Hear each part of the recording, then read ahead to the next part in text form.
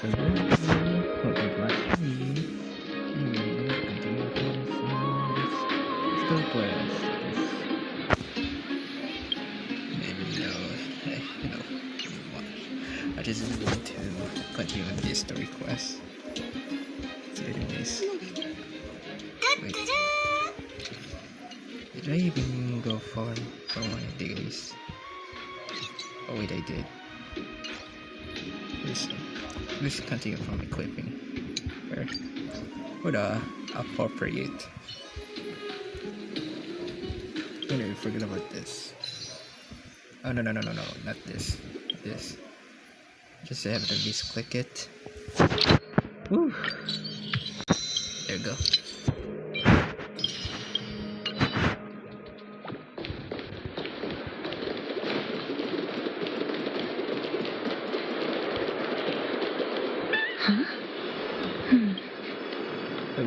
This is a trick she left for us.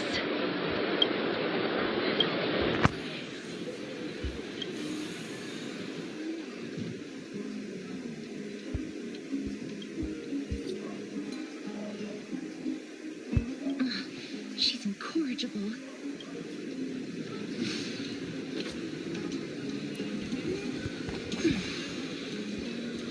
Did I pick that right?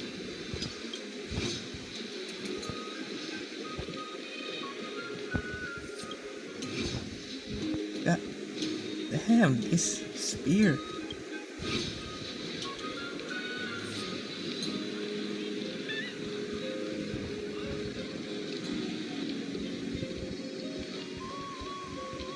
Where is it?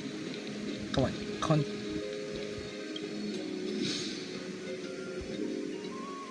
Exactly, Vicom. This is how it should be.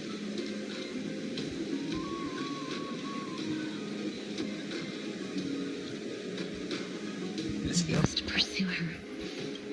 Yeah, let's go. Cypher. Grab the spear. Grab the spear. I mean, yeah, grab the spear.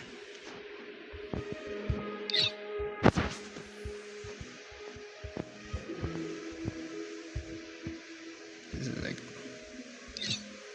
Yeah. Anyways, grab the spear.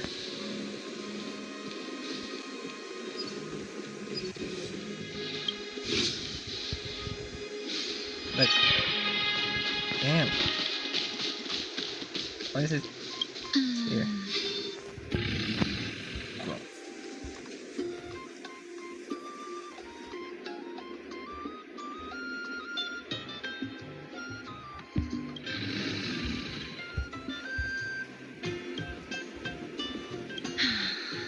Lady Cypher, please come on out. Yeah, come out, Lady Cypher. You're still careless as ever. Shouldn't you keep such a precious gift near your bosom? Look at the bosom right there, Cypher. Since you know it's a gift for someone else, please give it back to me. Stop hiding among the people and letting the wind carry your voice. Now, since I know it's a gift, that just means I need to milk its worth. The children of the wind never stay for long in one place. Unless your offer is tempting enough to still the wind. What say you? Such a trickery. Name your price. I'll give you however much you want.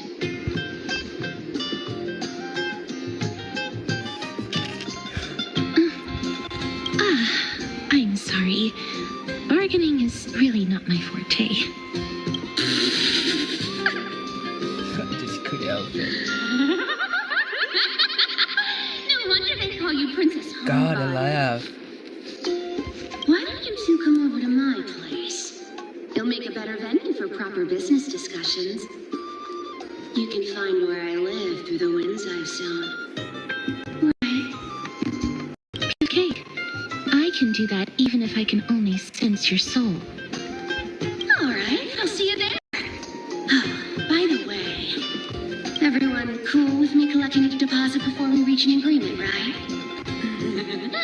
Now, come this way. Do a divine diary. She's incorrigible. Follow me. She's so incorrigible. I know.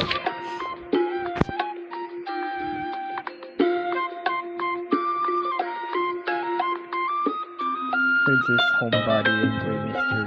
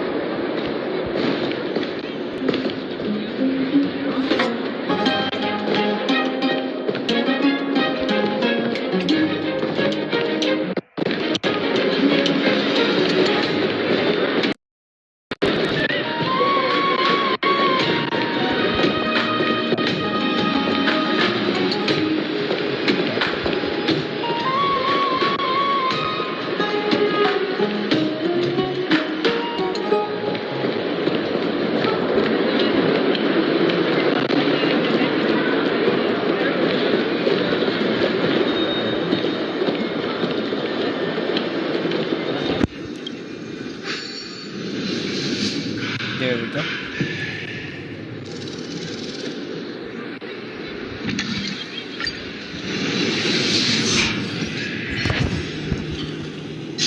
Cipher. Here we are. Over here! Over here! No, not that way. This way. Come on. If I really wanted to hide, you'd never find me. So relax, you two. No need to get your hackles up. I'm not that scary, am I? Meow. Meow. Oh my god, Cipher.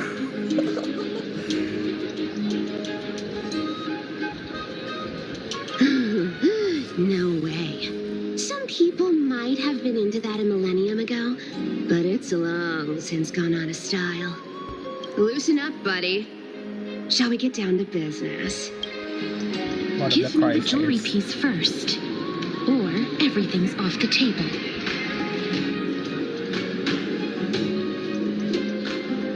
Oh, come now. Don't be so upset. Relax. Relax. Look, isn't the view here just great? You can see what everyone is doing and where they're going, and they won't even know you're here. Look at this scenery. It's so beautiful. Now that we've broken the ice, let's get to the point. Everything I've said so far has been a joke. I'm inviting you two here for 3 things. 1, the seamstress found me and wants me to take you to Styxia to look for the Death Titan. 2, the Council of Elders also found me and wants me to make sure the core flame of Thanatos ends up in their hands.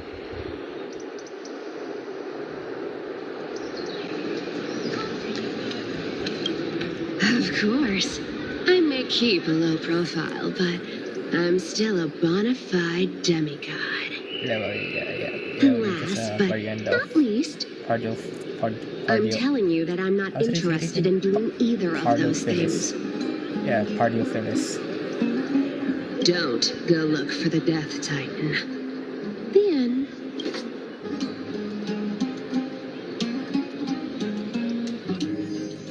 Wow, this is some high quality stuff. And this room is full of it. How much are these worth, Did you get all this through that Aranova gimmick? Some of it is family fortune, while the rest came from my business as a dressmaster. Don't liken the flame chase work to your shady dealings. Wow, I should have busted down your door instead of going around like a thief. Well, spill. Why are you giving me so much money?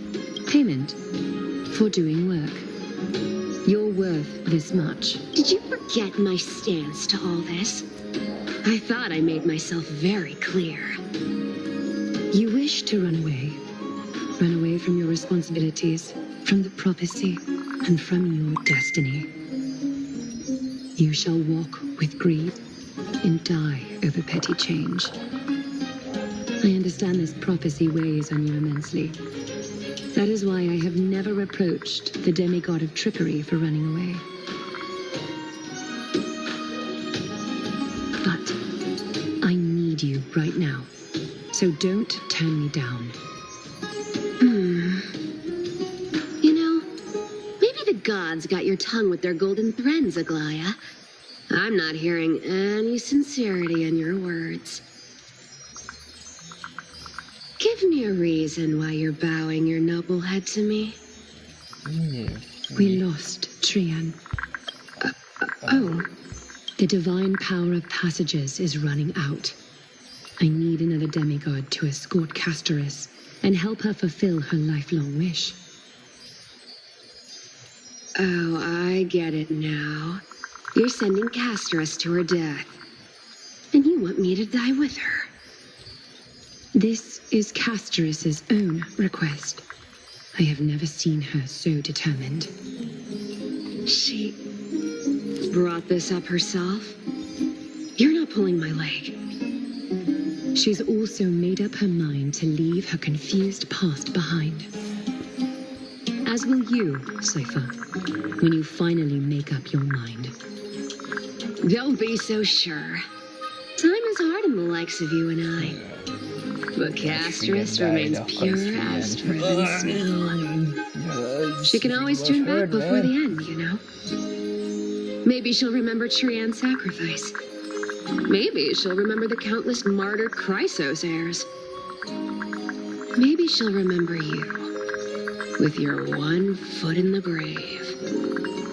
I ain't as optimistic as you about what she'll want to do. Tell you what. Why don't I take this room of treasures as a security deposit? And we make a bet. Go on. I bet she'll change her mind and turn back. Now, if I lose, I'll do what you want me to do.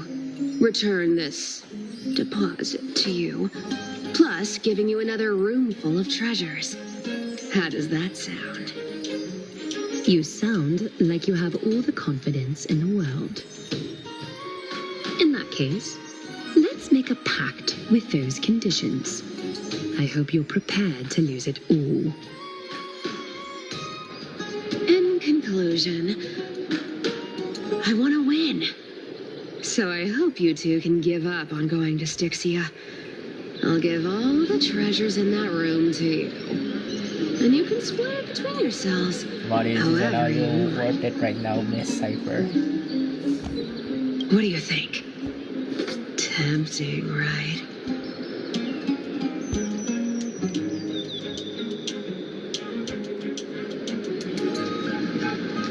Oh, please. Dear great mystery, I'm not giving you broken seashells people used in the markets millennia ago. I'm giving you gold. Pure, solid gold. It's a hard currency. You know what that means, right? It's not about the value of the reward.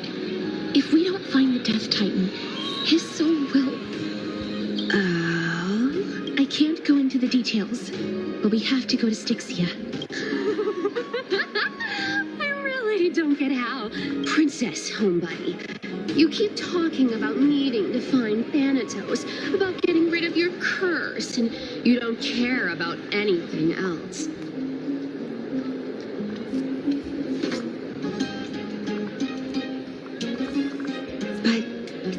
Did you ever live for your own pleasure? Even for just one day? What are you trying to say? I'm saying, contrary to your beliefs, Aglaya didn't take you in just so you can die for her Aranova. The flame chase journey walks hand in hand with sacrifices. Isn't that why you're always running away from Lady Aglaya? Fine. Never mind. We all have our own problems. I ain't gonna say anything anymore. It's not like I was gonna honor that bet anyway.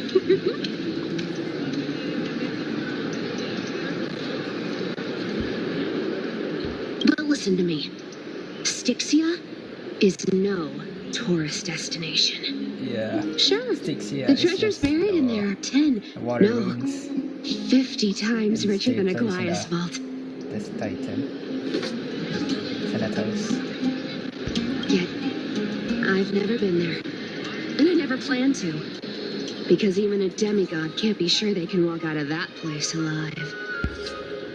And now I'm supposed to escort you to Styxia. Sure. Pay up. Pay up. Oh yeah. I will pay you up.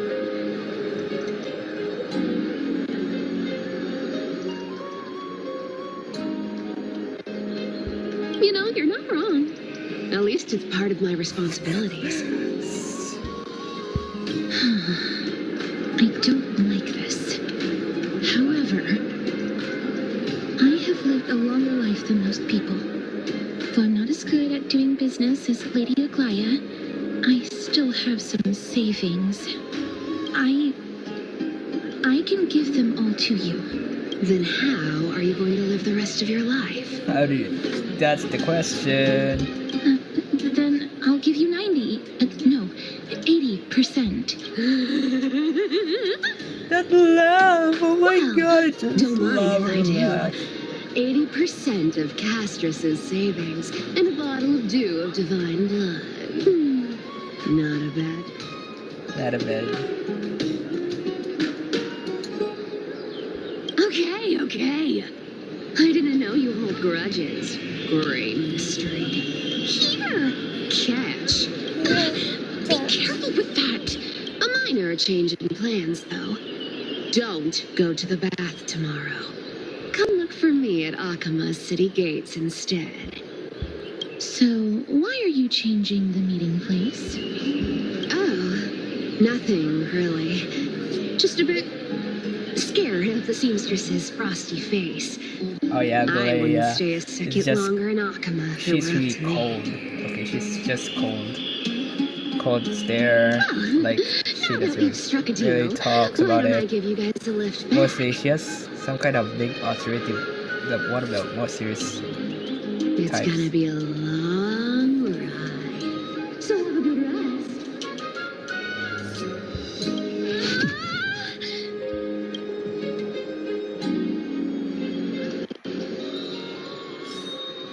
Next day, Okayama.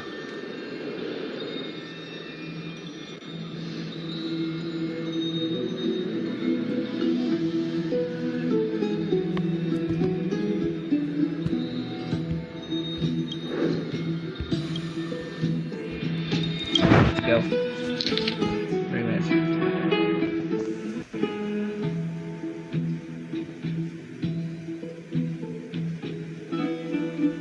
I'm the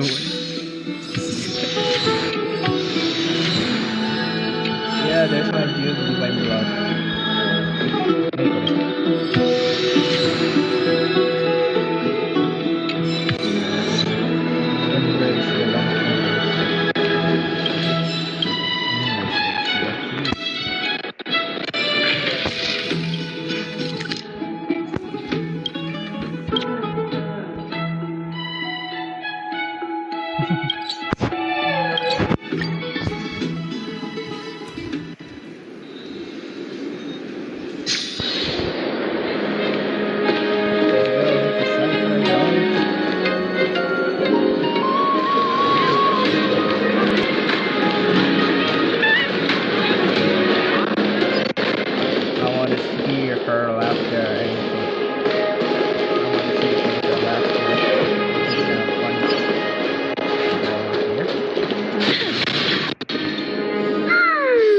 Bright and sunny.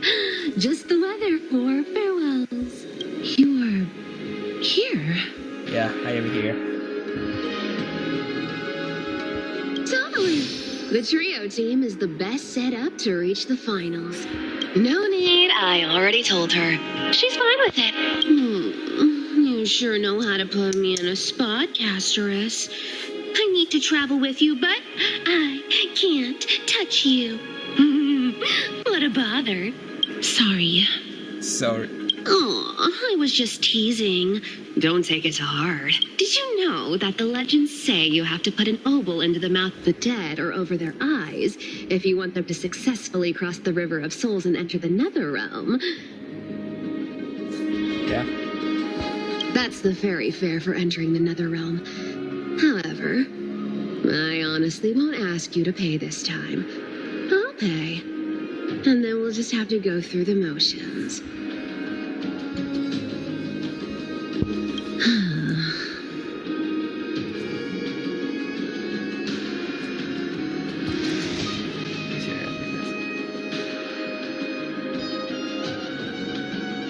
Hey, I'm just trying to make this journey feel more special, okay?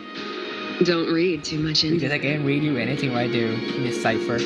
All right, pass me the coin. It's time to get the gods' powers going. A fleet-footed trip to the nether realm. Here we come. Here we come. Oh, one last thing before we go. I gotta give you this piece of advice, especially to you, Princess Homebody. You can't catch the wind by waiting. You only live once. So make the most of every moment you That have. sounds like a foreshadowing. Please, no. Get ready. Be steady.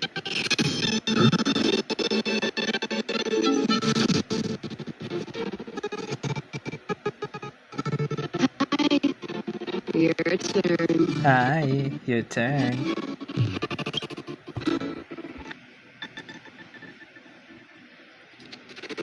Don't be nervous. After all, Oh my god.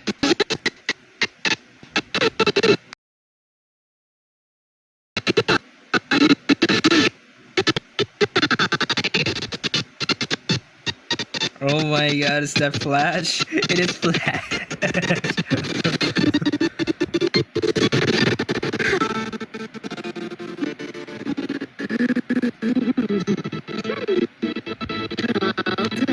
All done. Bye-bye.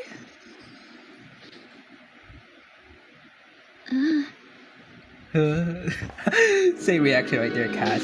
Same reaction.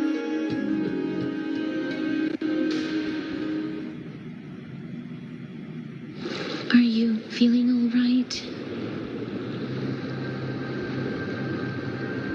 She's the demigod of trickery. When she flips the coin of whimsy into the air, she gains incredible speed that lets her travel anywhere in an instant. Just like how she clearly had no intention of lingering here for even a second longer. We That's can only Flash depend for on you. ourselves for the That's the rest of the flashing way. and furious. Cypher the Flash. She's good words. Don't worry, Mem's here to help. Body. Ma'am, it's ma'am. Being cute isn't my only forte. I'm strong too. I'm strong. This is Styxia, the city of dragons and waves. Anaxa hypothesizes that the missing Thanatos is somewhere in these ruins. So we're gonna travel This is the land of their Styxia. birth. Or perhaps of their death. Looks like ruins. Anaxa had used a secret alchemical art to temporarily fuse his soul with Circe's and Cephaly. And when he was on the verge of death, he was pulled by Thanatos and caught a glimpse of the flowing river of souls. This alchemy, considered a sacrilegious act, might actually make the souls of mortals and titans attract each other. Even though Thanatos has been missing for 1,000 years, and even their followers haven't been able to find them, perhaps that special attraction could summon them here. Oh, so are we going to use that Philosopher's Stone to conjure the Titan? I guess that's the only way. The only leads we have now are the name of this city and the fairy tale about the dragon. Thanatos is even more mysterious than I am. Indeed. Even one as erudite as Anaxa could only point us to this place, and no further. We will be entering the unknown as soon as we take our first steps. But that won't be the first time in my long journeys. Dude, no, don't even try to raid me. No. Don't even try to raid me, I man. believe that, rather than standing still, taking action is by far the better option. Perhaps fate might take pity on us today and show some compassion. Okay. Yay, Jades. So this is sticks here.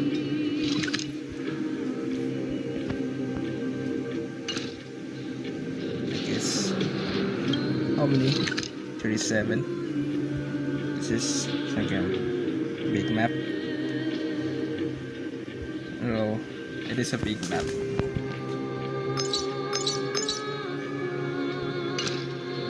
So many jades do I have currently now? 3126. Go back whence you came. Go back. Ahead lies the realm of the dead. What a beautiful butterfly. Is it talking to us? This is a eulogistic butterfly. They are found in places where many have met their demise. In Idonia, some think of them as manifestations of Thanatos' benevolence. By turning the lingering obsessions of the deceased into these creatures, it is as if the Titan has made life into a specimen. Others think of them as Thanatos' messengers that guide the departed to the nether realm. The second theory sounds more believable. After all, still can the things they're believe. saying are Holy rather, shit. direct. I know, ma'am. I know you can speak English. I know you can speak English. Perhaps. But the fact that we're able to hear their whispers proves that we're fast approaching the realm of the dead.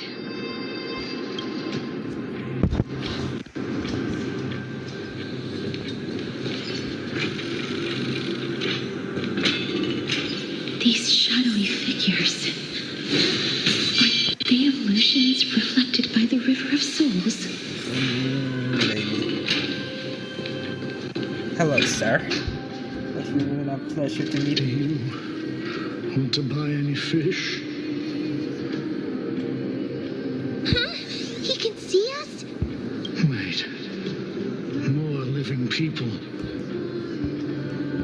I'm not selling my fish to living people.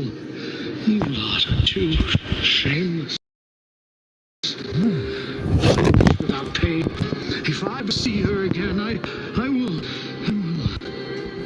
Could be that you're all devils that never should tread.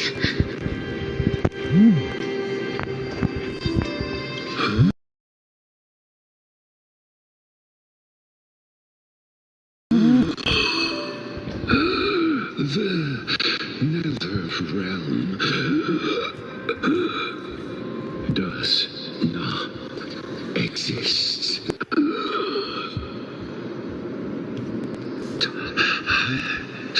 Titan rejects you.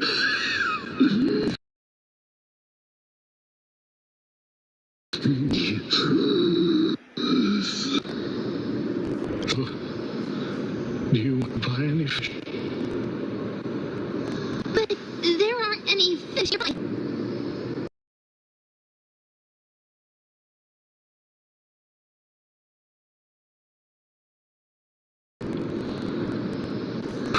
other fish, but the people are gone too.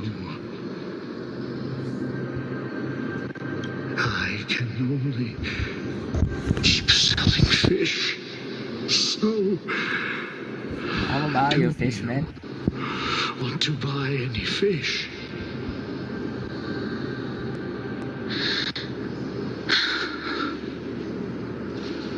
Apologies. I don't have much in the way of savings, but perhaps there's another way for me to release you from your suffering. Please relax.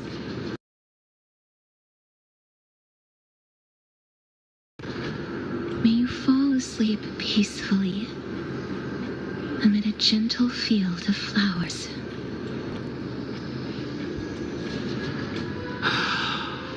This. I knew it. These people aren't illusions. They're the souls of the deceased. They're supposed to reach the end of the west wind by floating down the river of souls. Yet, they have floundered upon the shoals of the stream, unable to move forward. Did Thanatos reject them? Or perhaps they didn't really die at all? Maybe we ask some more questions.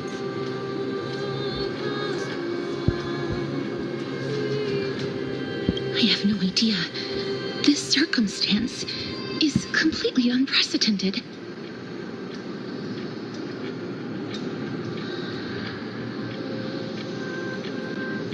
Hang on. Didn't he say more living people? So that means he's seen other members of the living apart from us?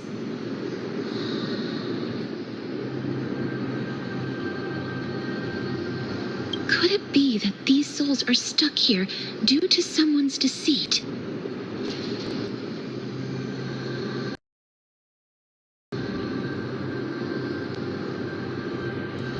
If something is done out of goodwill, are you really gonna call it deceit? Goodwill? I can't see anything good out of... Cypher. Wait a minute. Cypher? Lady Cypher. Oh, it's Cypher. That's me. Could it be that you are the living being that those souls met?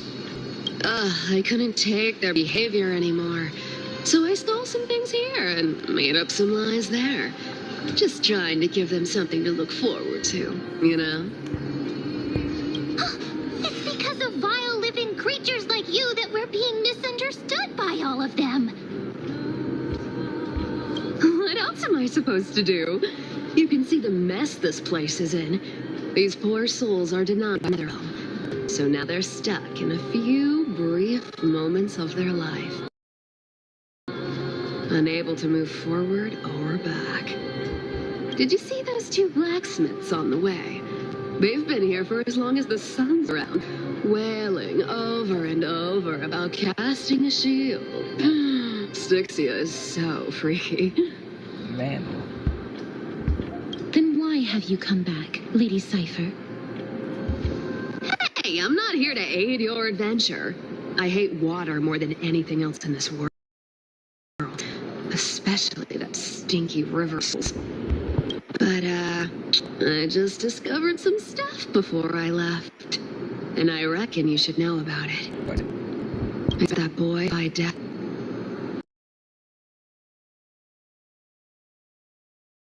I found traces of him here. Lord Mighty? Oh, right. That's his name. Well, now you know.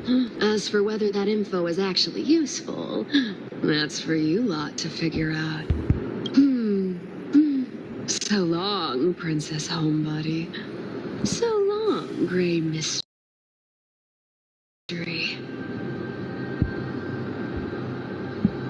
Huh? She disappeared just like that?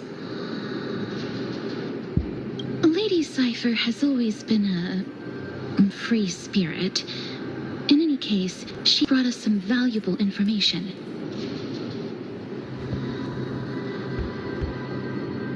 If Lord Mighty is also somewhere along the river shoals right now, then he will certainly become our signpost.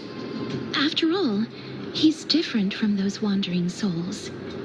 He will find his way, even in the realm of the dead.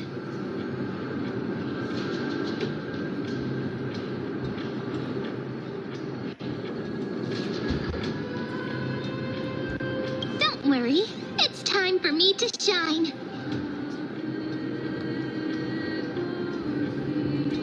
Ornix's rune of recollection is nearby. Use prayers to return the river to before it got flooded. Yeah.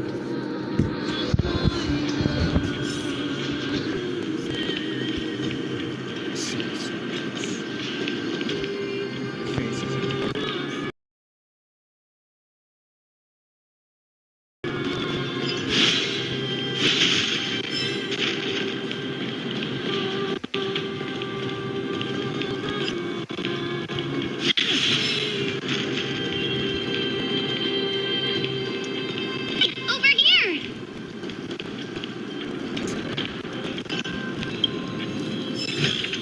I want to make something with it. Fun to make.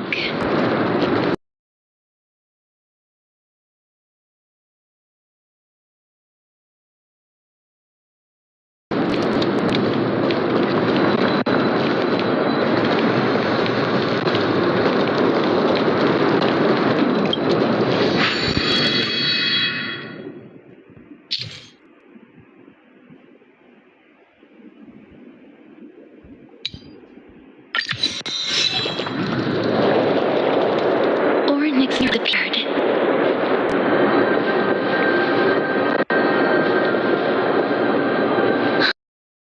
Amazing! It's like we're inside a giant bubble. Even the river got parted.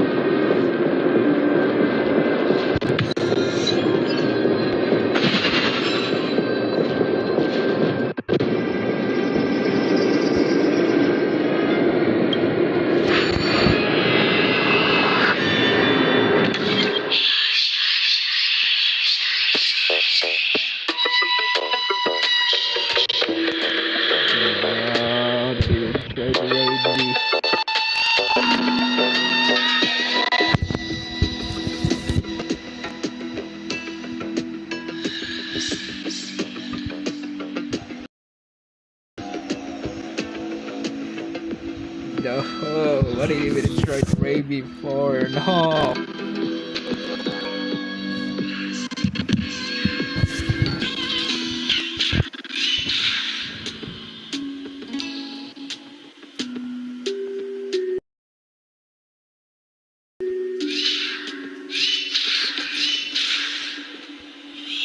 No.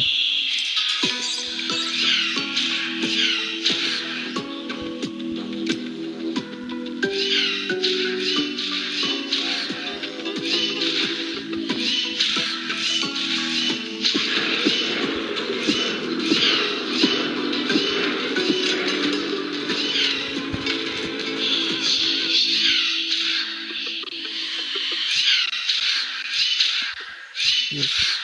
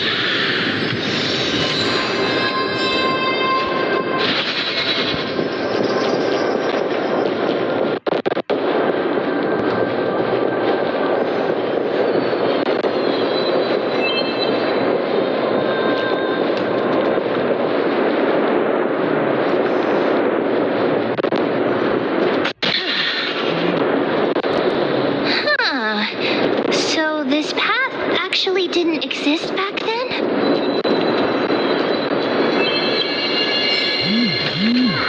I want to make something fit. But what to make?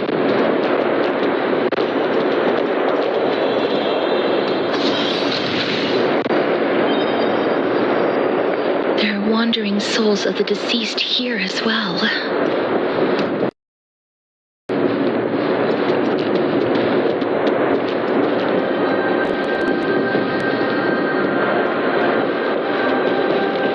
We must first return to the present before we can communicate with him.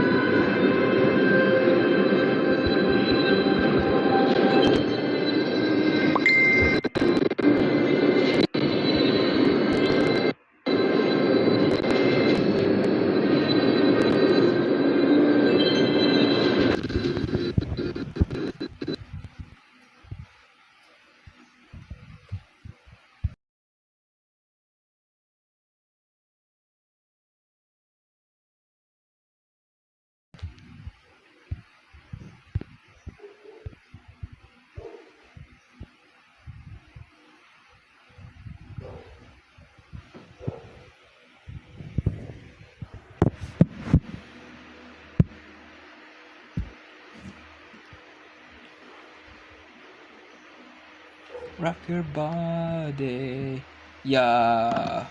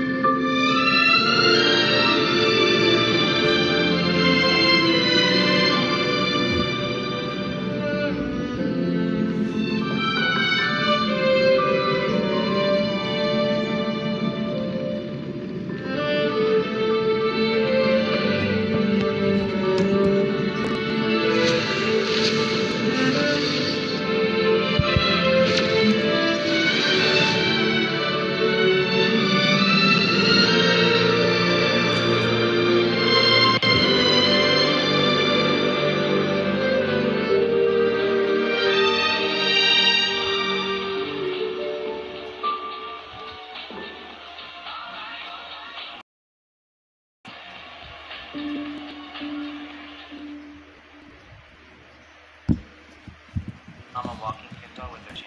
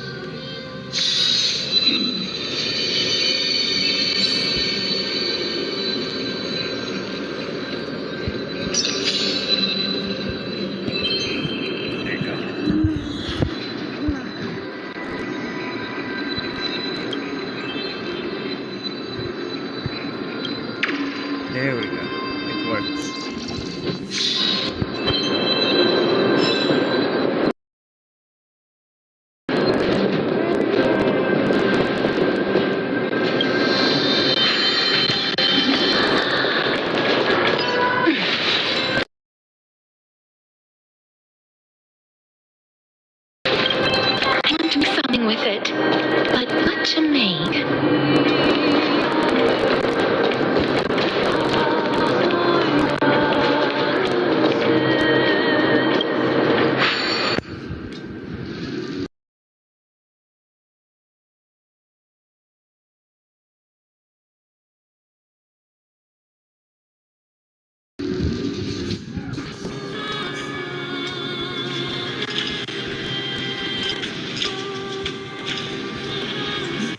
Stone gets nice.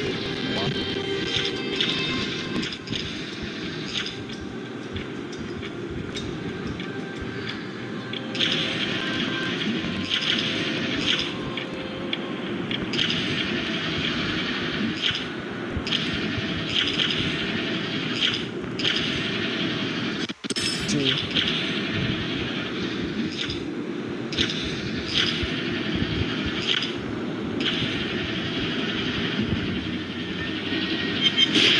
Three.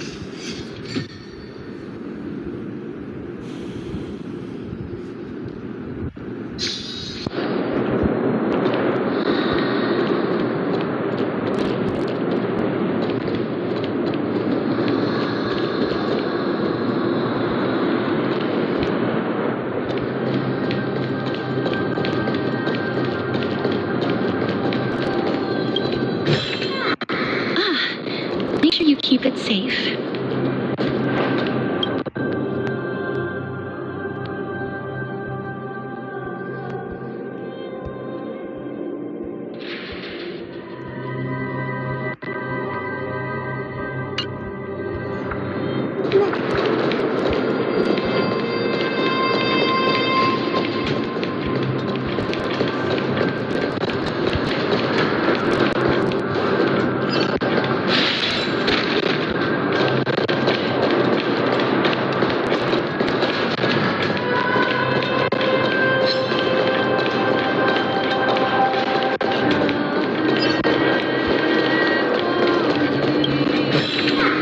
I want to do something with it, but what to make?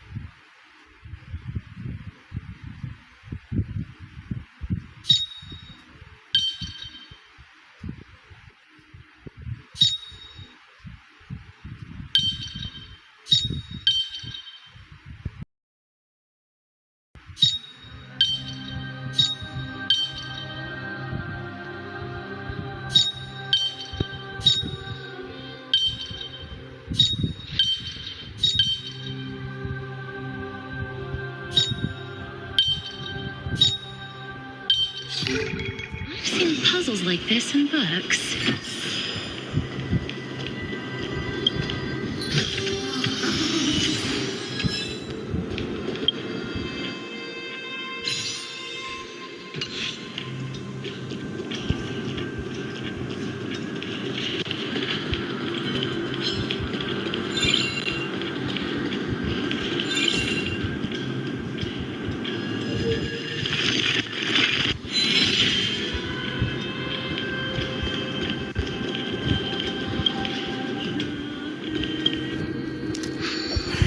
Extensions. Nice.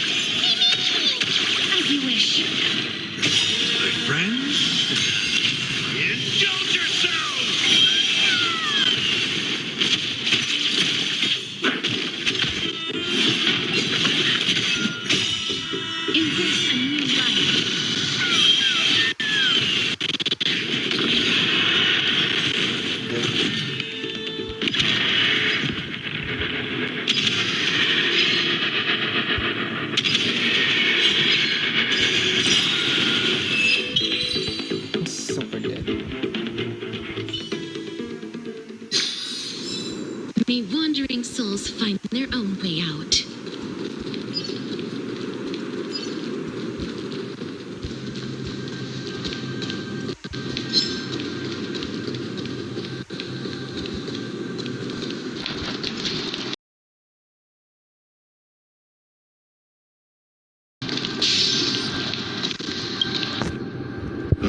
By the looks of it, must be the 4 warriors the Queen mentioned, right? Since the current campaign requires the utmost care, I wasn't able to make time to welcome all of you. Please, forgive me.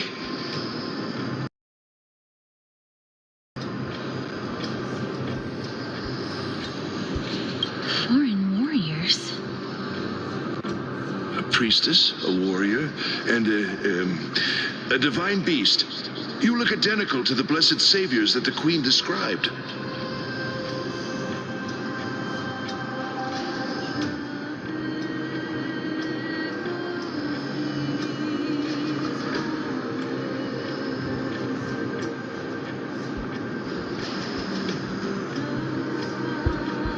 What? A campaign? Who are you campaigning against? Nobody knows, as of now. Of the scouts that went ahead, only one has managed to return. He says that the land ahead is a forbidden land that should not be approached, as it is the doorway between the netherworld and the mortal realm.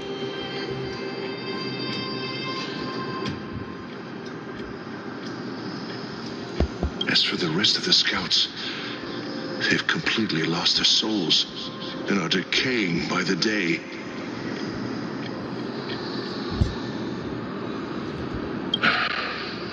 While there is still dissension within the city, the scholars agree that this calamity was so unprecedented that it needed to be given a new designation. An unprecedented calamity. Could it be death? It seems that you have indeed heard about this. Well, death is just one of the possibilities. It's too early to come to a definitive conclusion.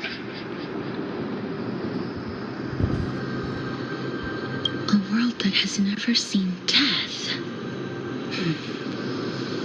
Looks like these people lived in the era Chrysia before the Calamity Titans descended upon the land. May I ask, where is the scout who managed to come back? So he returned to Styxia. He only had enough left in him to last no more than half a day. However, it was his intel that convinced us to rally together. He said that he witnessed Anaxa should open a giant maw and devoured everything in sight, and thus brought Styxia that thing called death.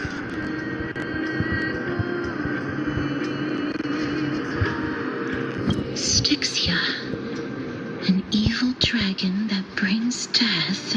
Yeah, it appears like that. It all sounds rather familiar. Wait, wasn't this part of that fable? Sir, could I ask how the Queen and Princess are doing? The Queen?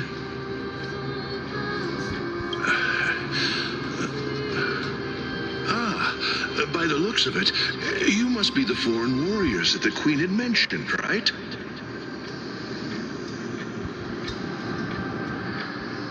Oh, it's the same lines. Looks like he's still trapped in the moments before his death. Leave it to me. Sir, the war ended long ago. Styxia no longer exists. Styxia is no more? This cannot stand! Newcomers, hurry up and go take your positions! Oh, look Looks like it's difficult for this gentleman to accept reality.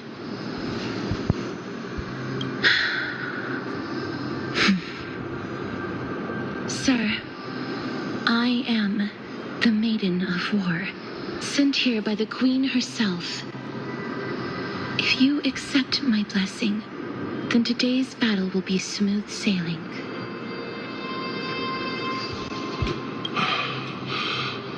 Maiden of War? I've never heard of this. There's little time to waste. Please don't take too long. Don't worry. I'm typically unwilling to prolong such a moment.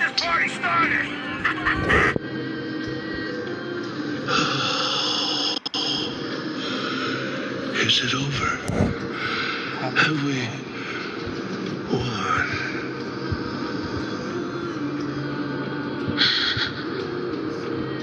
Cass! Oh, are you all right? I'm fine. I just didn't expect that I would still have to embalm others, even in the realm of the dead.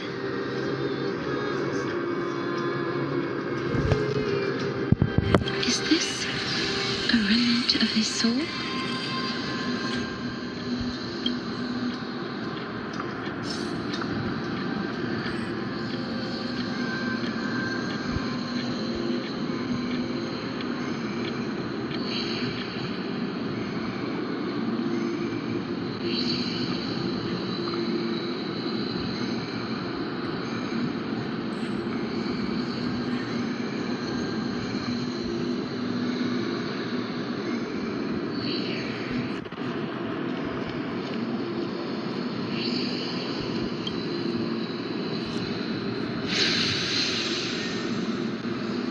Well then, why should I place my trust in you, holy maiden from afar? Wait. Does quite understand what you're trying to say. Since the prophecy has already pronounced your name as Chrysos, heir of death, Akima ought to treat you as an esteemed guest. However, you seem to have no intentions of concealing your involvement with the Council of Elders, while most likely being aware of my issues against them. I cannot deny your claim.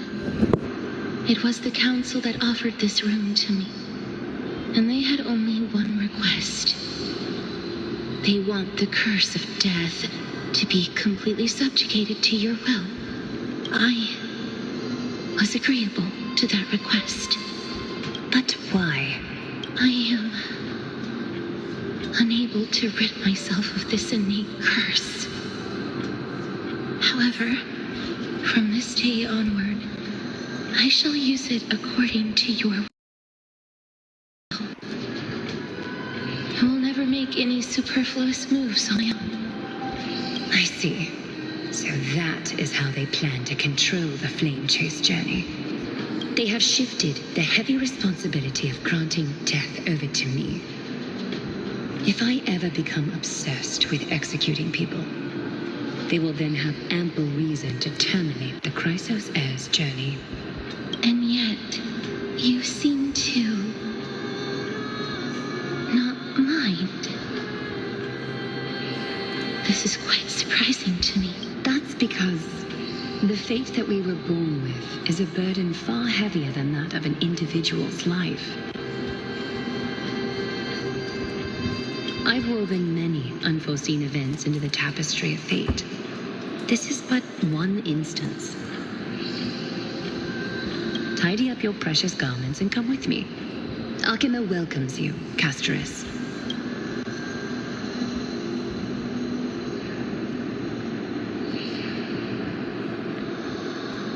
I didn't think we'd find vestiges of memory here.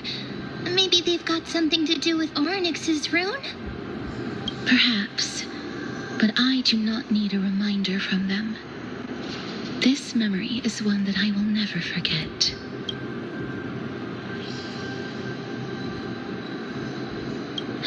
Indeed, while my relationship with the Council has always been quite ambiguous, Lady Aglaya has never taken any precautions against me.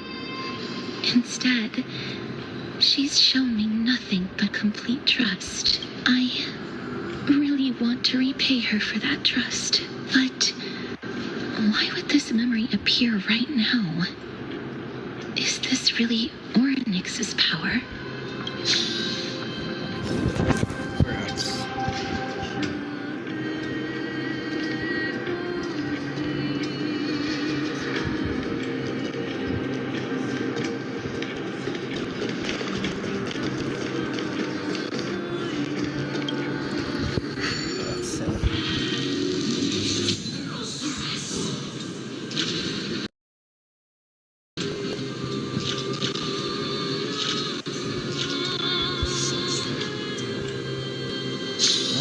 That's gonna be far.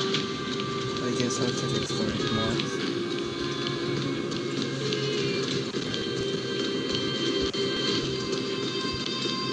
Could these dead monsters actually be? If Lady Cypher is to be believed, this could be the handiwork of Lord Mighty. Why are the black tide monsters here too? Can they swim in the River of Souls? Even Thanatos wouldn't be able to accept black tide monsters into their realm. These traces seem to suggest that anybody who trespasses upon death will pay a heavy price. Since the realm of the dead must remain peaceful, it's imperative that we rid the place of such discordant noise. So we'll have to fight them. Please stay back. Let me deal with these enemies. Let's go.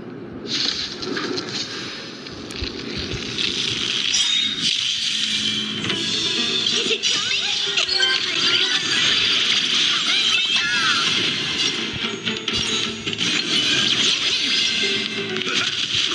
Please cherish this time of tear. Life is not so fragile as you wish.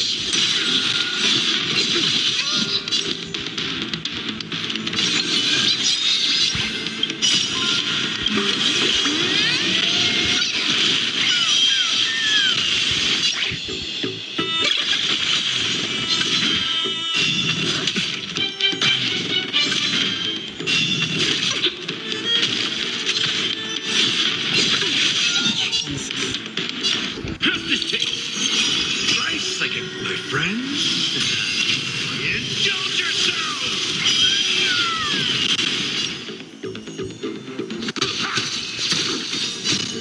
Embrace a new life.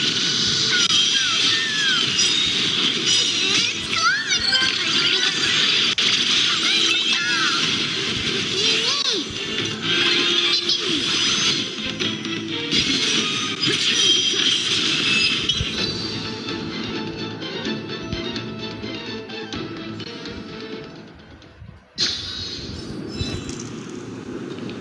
The path ahead is blocked by the River of Souls again. In that case, let's go back to the past. This miracle sure is handy. This is yet another aspect of the Titan's divine power.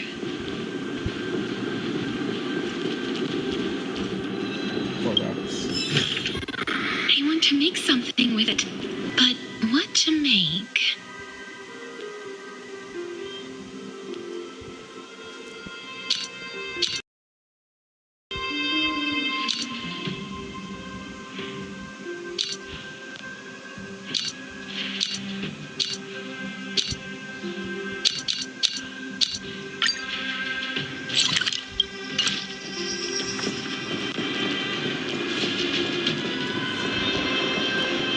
If Don around, he'd definitely be able to raise the waters of the River of Souls in the sky. This is gonna play this season, right? If Lady Hussilins was still alive, I think she might be able to do that too. Hey, Silas.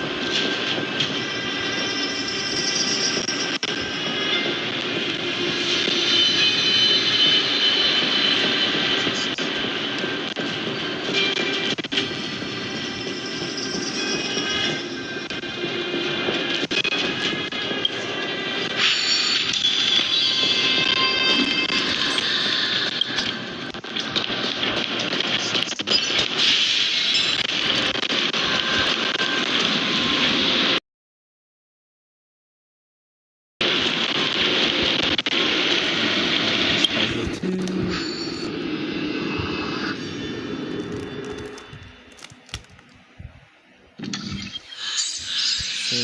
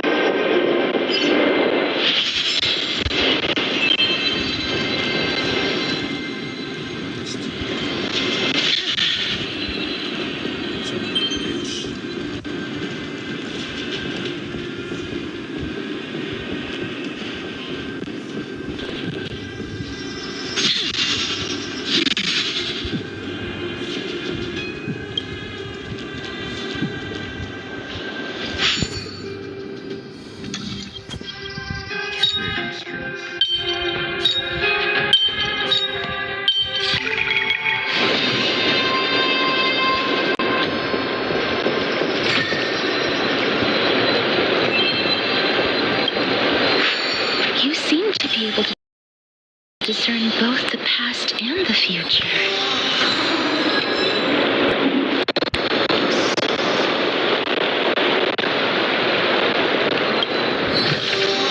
I want to make something with it. But what to make? What how can I even pass to that? Oh.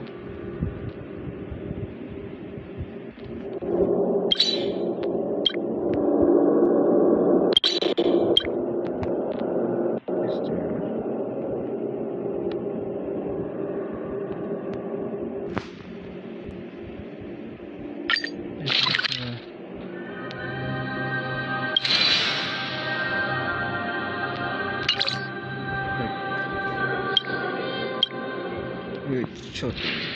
Maybe go back to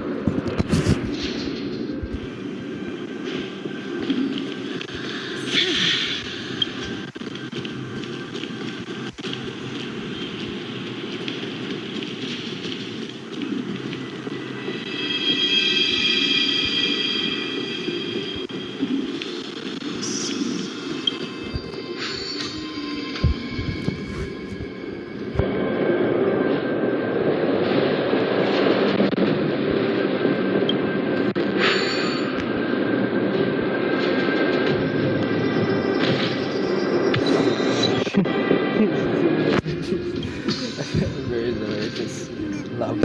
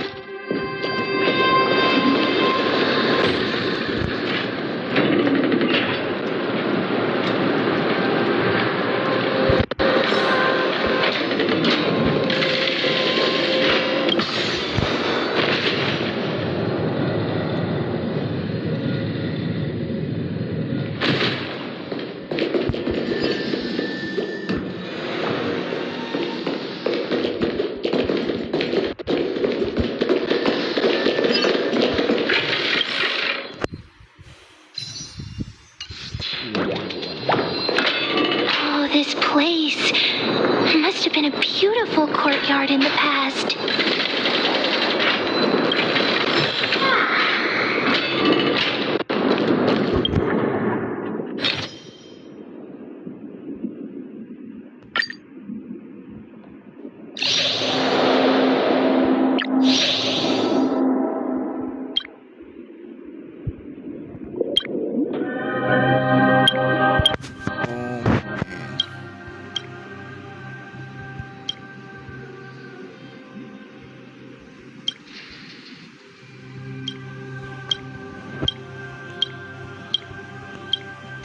Who could it be?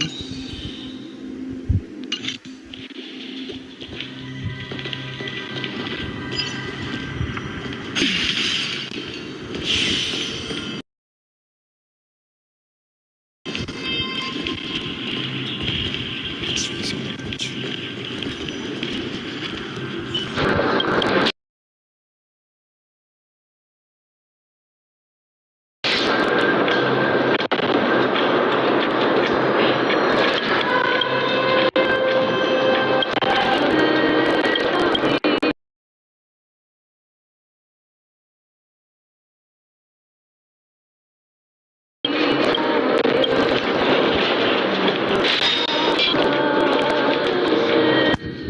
Please excuse me. I am but a scholar from a distant land who had the misfortune of falling into the river of souls and turned into the dead.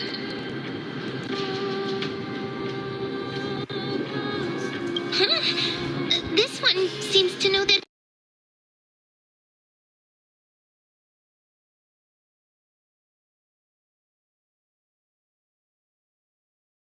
she's already dead. Oh, I was merely speculating, but it seems I was right. And you, I recognize you. You're the Holy Maiden of Death from Idonia. I'm sorry. I cannot bring you back to life. However, should you desire it, I can end your prolonged limbo. I'm well aware of that. Even if you were able to revive me, I would never choose that option. That's because I didn't fall into the River of Souls by accident. Instead, I leaped into it to seek my death. Why? If you could see the life I've led, then you would not reproach me so. My life was far too miserable. But I did not expect things to stay the same even in death. What a joke. In escaping my mortal life, I've entered a millennium of pain instead. Circes above, what cowards humans are. For we fear both life and death simultaneously. I'm sorry. I'm also powerless to answer that question. That's all right, Holy Maiden. At least you are able to respond to me. Please, grant me death. Hey. Cersei's above. Does this count as thinking till the moment I die?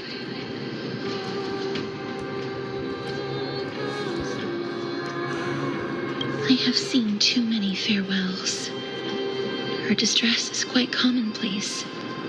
There are those who will end their lives over what seems to be the smallest of worries. For some people, this power that I possess is a blessing rather than a curse. But I never managed to convince myself of that. Cass, are you still trying to create a world without death? Yes, because just under time's vast scales, there is no worry in this world that cannot be solved.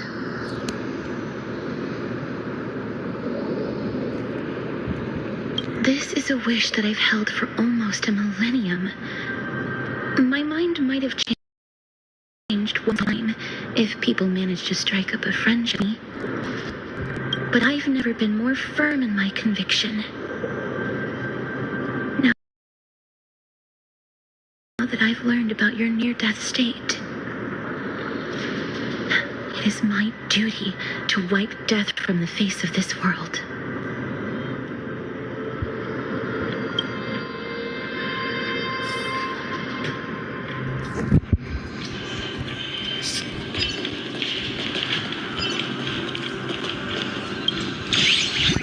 Oh my god, this dude.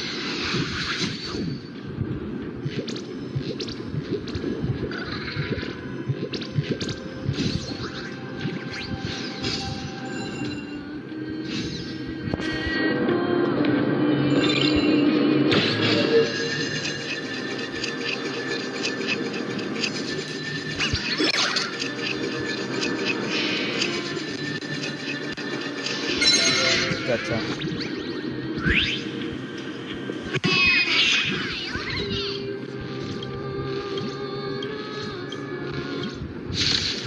You gotta fight this guy.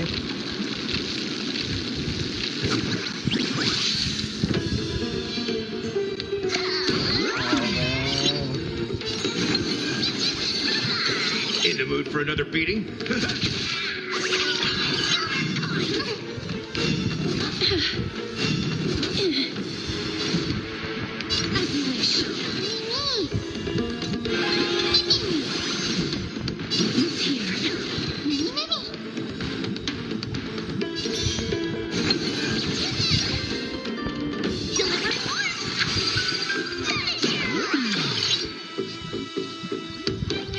Time to mix things up. I shall remember this moment.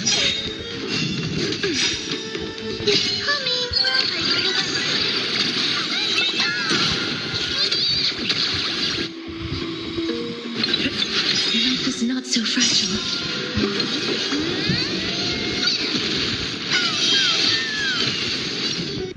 As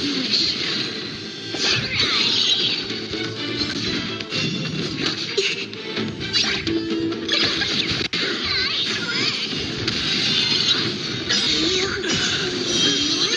See ya. Looks like a good friend. Indulge yourself! Embrace a new life.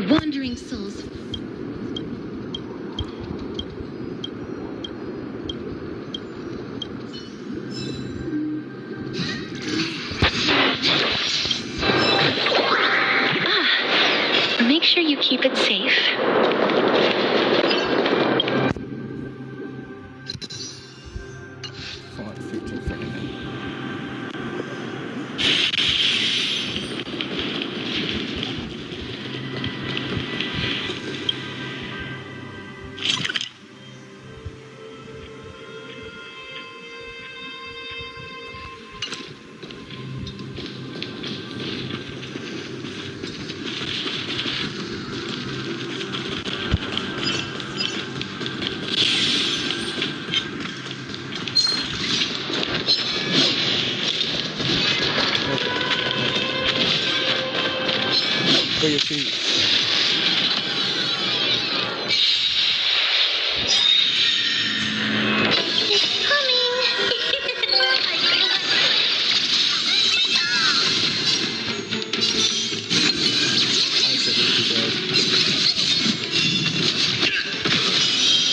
Mission is over.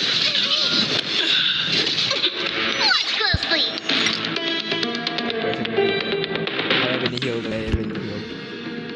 I already healed. So let's just retreat for now.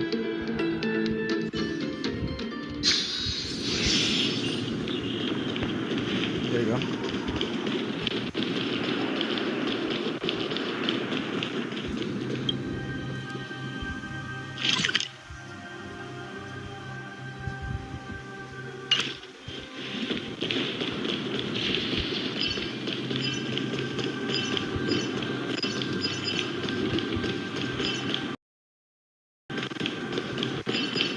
So tidy.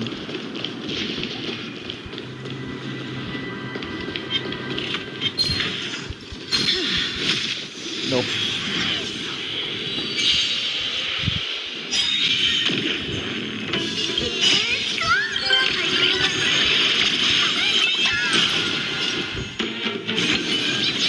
That's what you got? Time to mix things up. I shall remember this warmth. Move here. Life is not as you wish.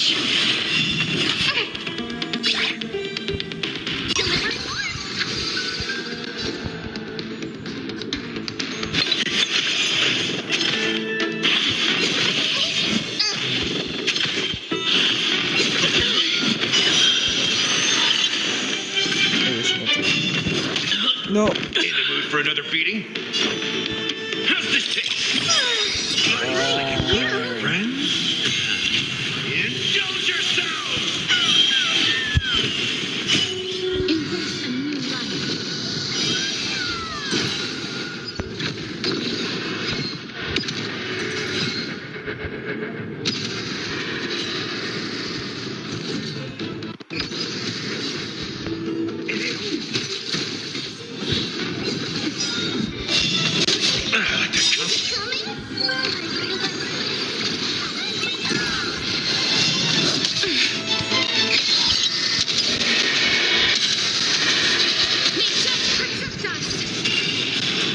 I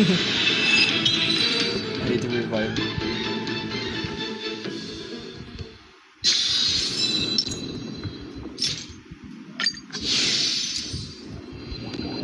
Like, goddamn. It's been a while since I used the food.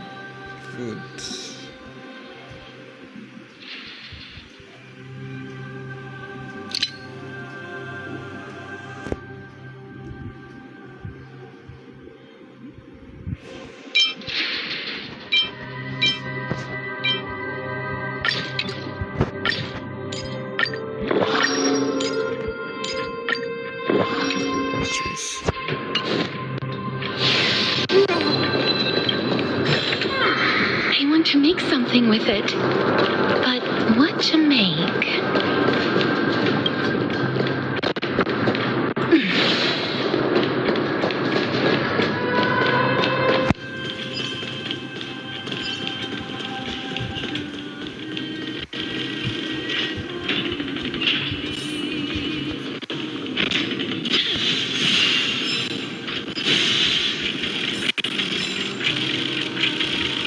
Open Sicily.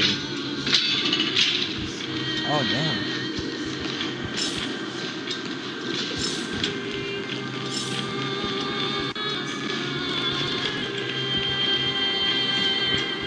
Okay, I think I'm done.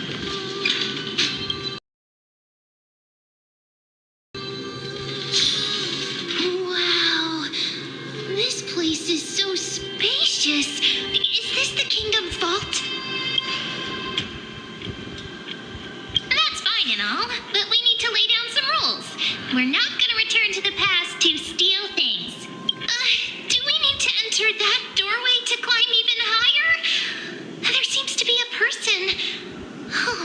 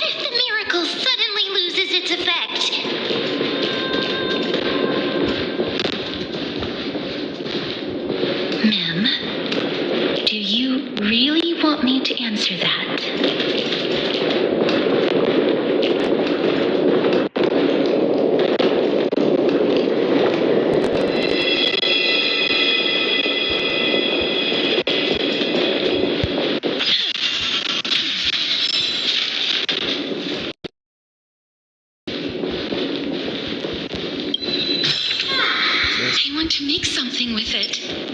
But what to make?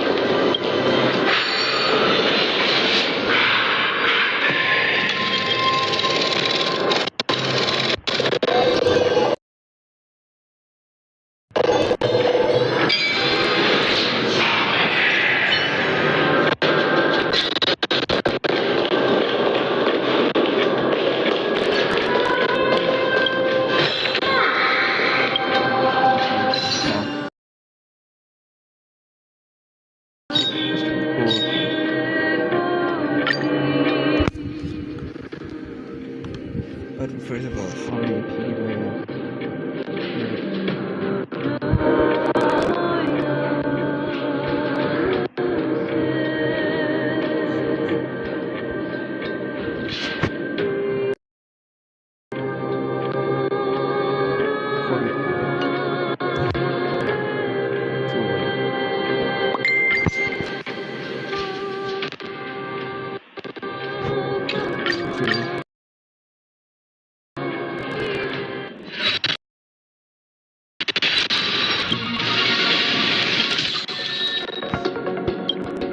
I can get this free ticket.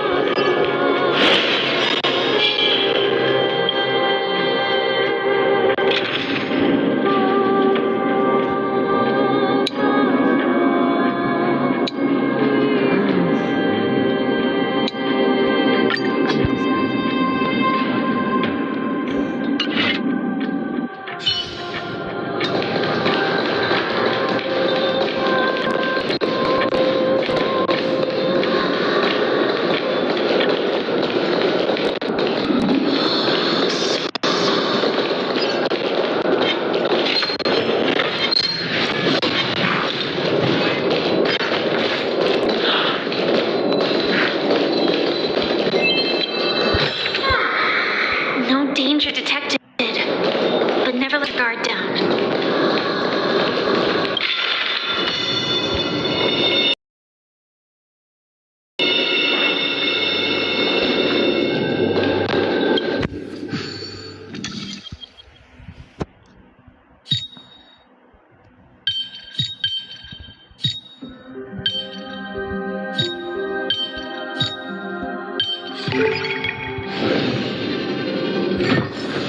Just inspection complete.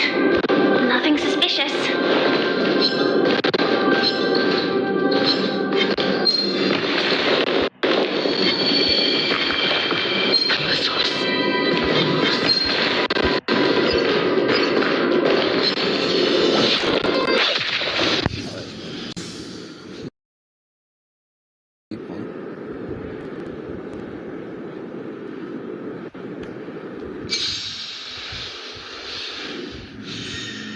Some valid existence is meaningful. Until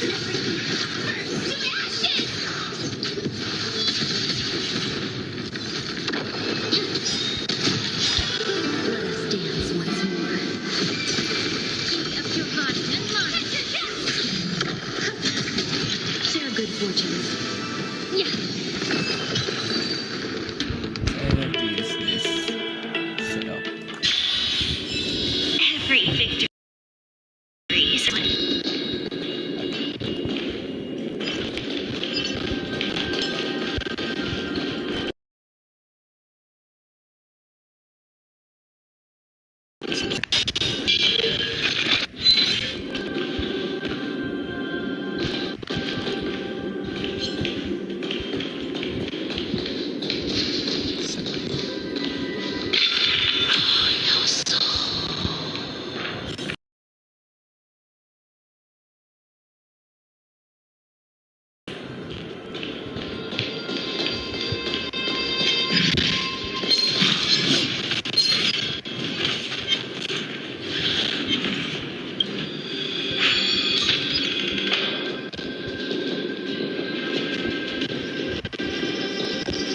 chest.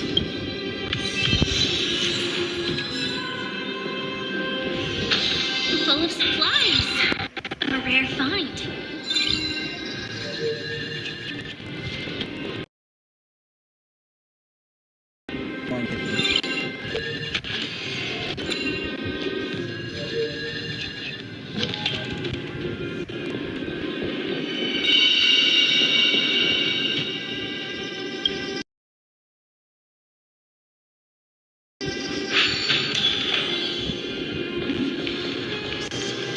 Let's go back to the top.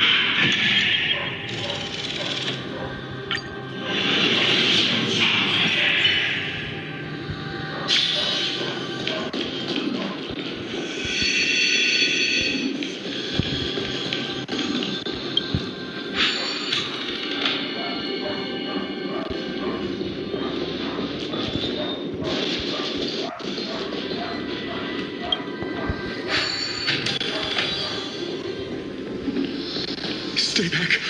Don't come in. Don't come near me. Why does he look so panicked?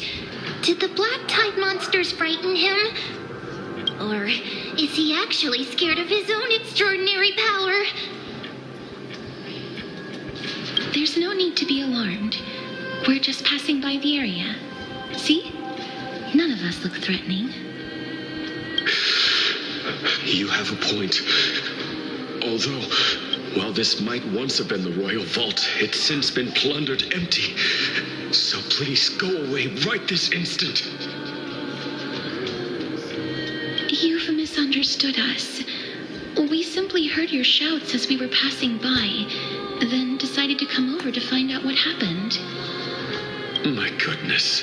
Did I really yell out loud? How rude of me. I'm sorry to have bothered you. I merely saw a warrior. While that spirit didn't harm me, his blows really packed a hefty punch. A warrior? Lighting. Could it be? Wait a minute. You seem to be quite different from him. Are you actually alive? How can you walk around here while alive? It's a long story. We're here to seek an audience with Thanatos. Thanatos? Who's that? Is it possible that he's also living in the era before death descended? Death? Could it be that you are here to defeat the evil dragon Pollux? Pollux. Is that the embodiment of No. Death? According to the warriors under the Centurion's command, that evil dragon has been dead for quite a while. The curse that condemns people to death didn't originate from it.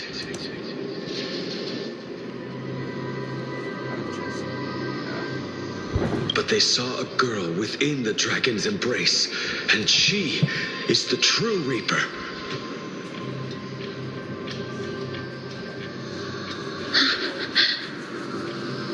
Pray tell, where is that girl right now? I've heard that the Queen spared no effort in bringing her back to the castle. Her Majesty intends to control all of Amphorius with this unprecedented power.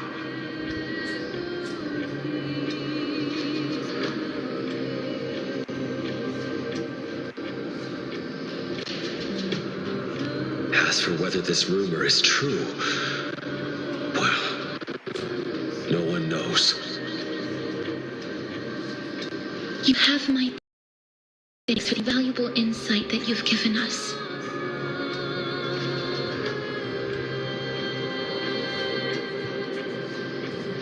Please, treat this touch as a token of my gratitude.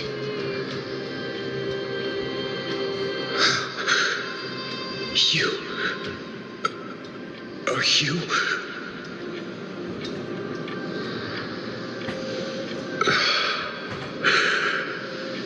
Thank you.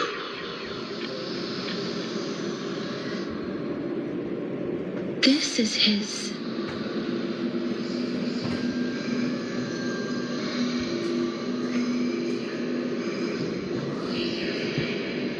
Touch this.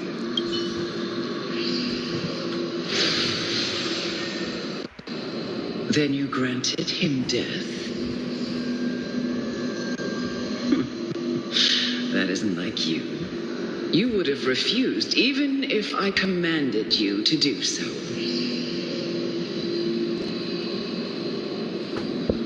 I don't know. I did it out of sympathy, believing that I wouldn't be racked with agony, but I am still in a state of turmoil.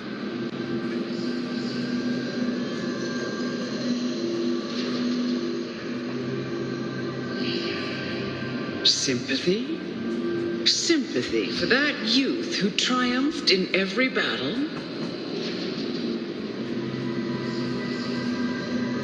That young man was favored by Talanton, who taught him a move that will defeat any mortal enemy with a single blow and emerge victorious every time.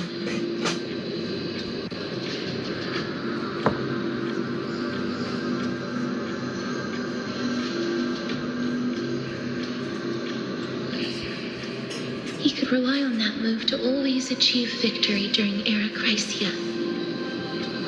However, now that death has descended upon the mortal realm, that divine swordplay also means he can send others to death at will.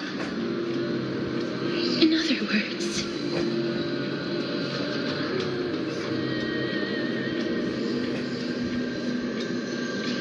You feel that he's similar to you?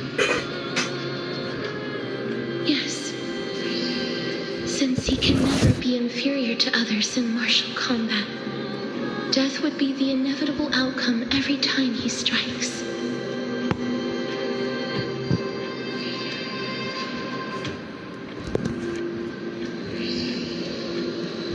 That's why he approached me and pleaded for me to put an end to all of this.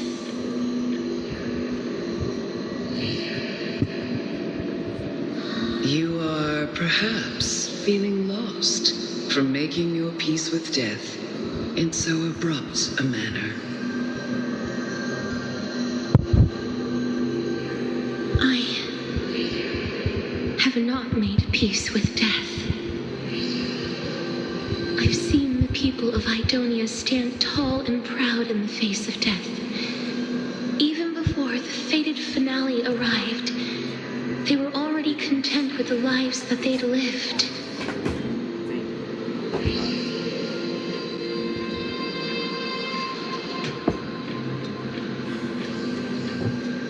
They had such proud expressions.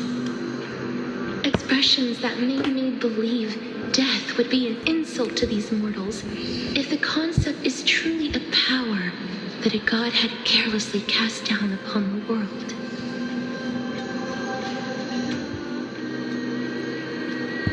Perhaps death's authority was never meant to exist in this world. Just like how I shouldn't exist. I won't refute your beliefs for now, but would you be interested in listening to a story of mine?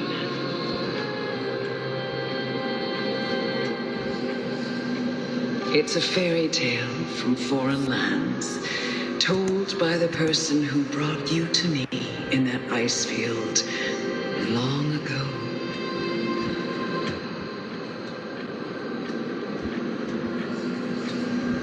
A tale told the Queen of Styx. What? Wait a minute. That means the girl born in the dragon's embrace, the personification of death these souls talked about. That's you, Cass? I've already had an inkling for a while now, but I honestly have no memories of Styxia.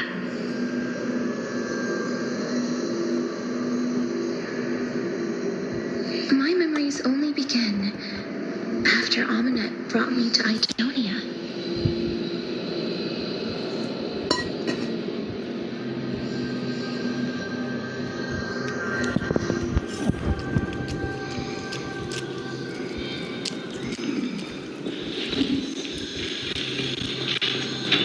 Don't look. Keep moving forward. Always. It's yet another eulogistic butterfly. You're gonna go there, I see. So we're getting closer to the nether realm.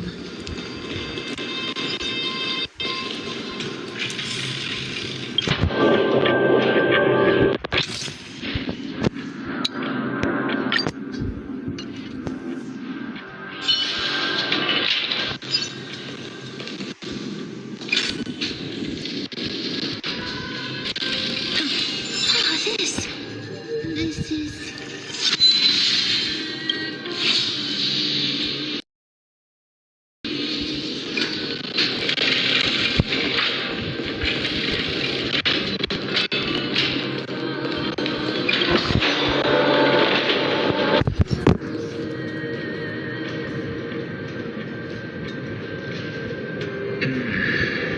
Living ones?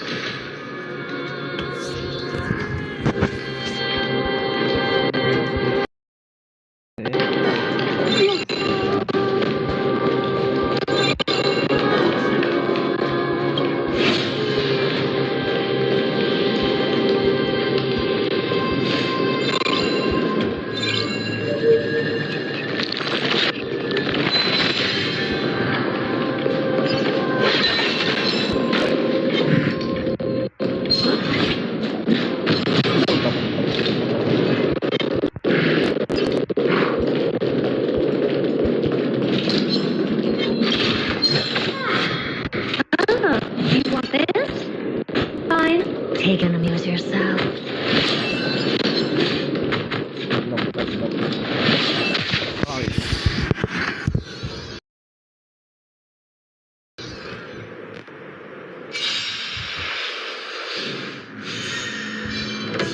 I always deliver.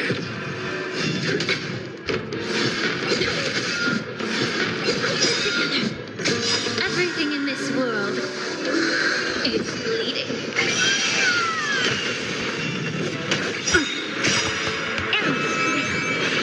Nothing but a force.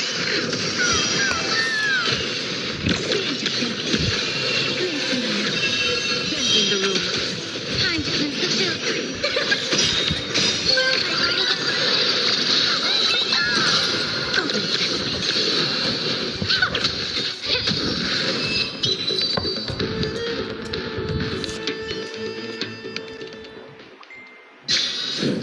Amazing. But then again, it's me we're talking about.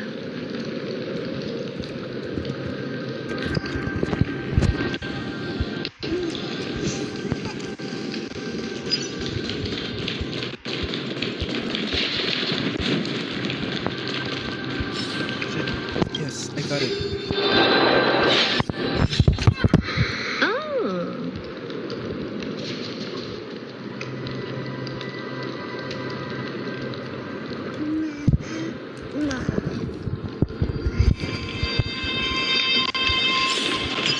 Tomodachi.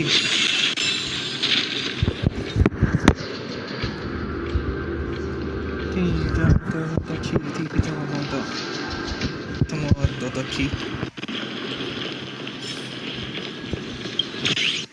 Oh my god, that is dude. That's a real free chest. Why is these guys everywhere?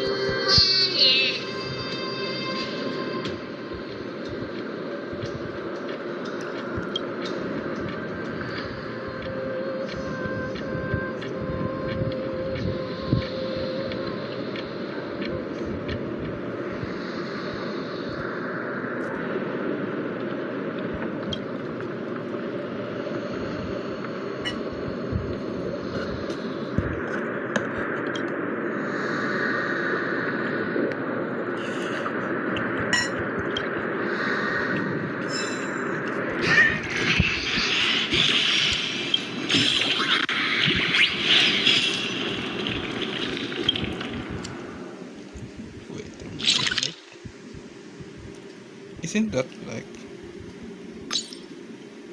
oh my... it's the path.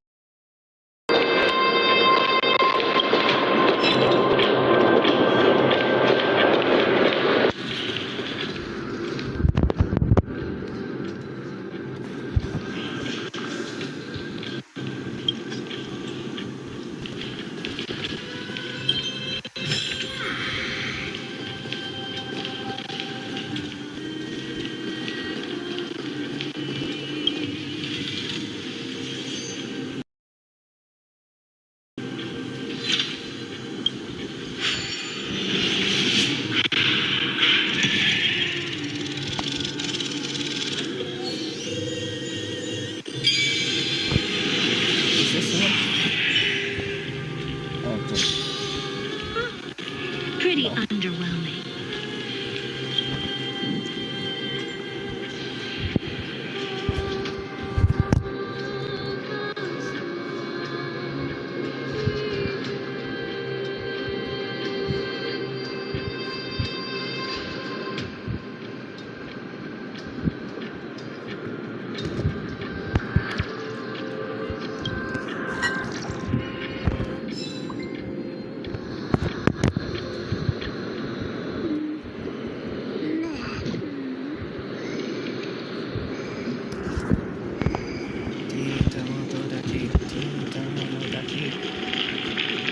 Purified.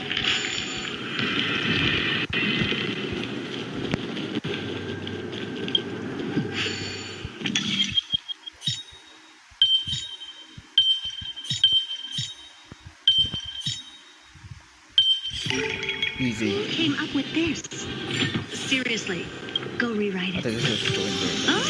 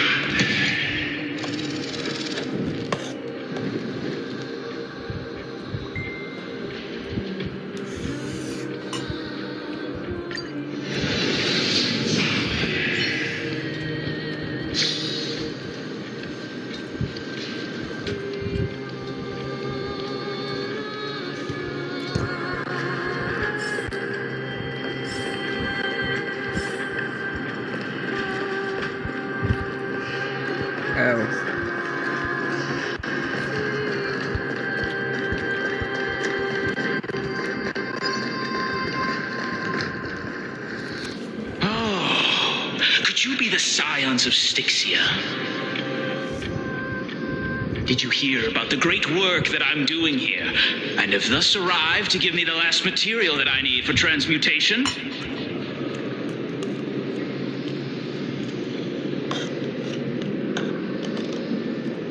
Great work? Have you heard of the great name of Pollux, perchance?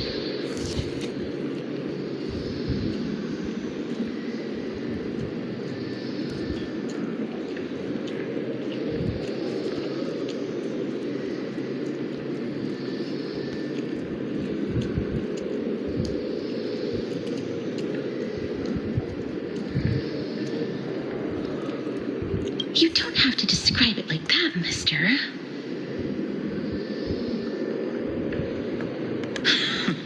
You have? Then that's good.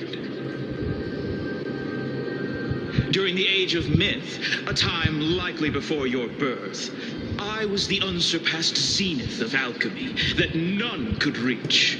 On the shoals of the River of Souls, I shall make Pollux soar again and bring death back to the world. But didn't that dragon already bring death to the world? Oh, looks like you don't know the whole picture. Well, it's true that the missing girl can grant death to mortals. Pollux, the one who delivered her onto this world, makes it so that humankind cannot die.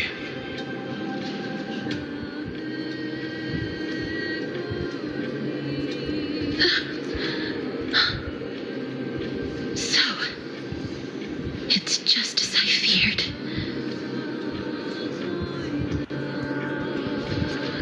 This is my guess. The deceased are supposed to drift down the River of Souls until they reach the end of the West Winds. But this River of Souls was blocked by Pollux's fall. That's right. That's why it's imperative that I bring the dragon back to the mortal realm and make it soar the skies again. I have long since prepared my alchemical matrix in the tower, although I am still missing the most crucial material of all.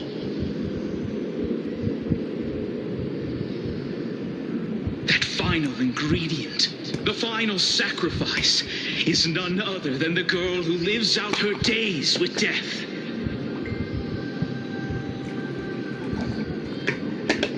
Huh? What's going on? You didn't touch him, did you?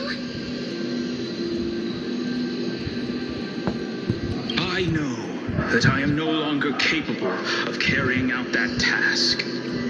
Take this, all of you, and please fulfill that great undertaking on my behalf.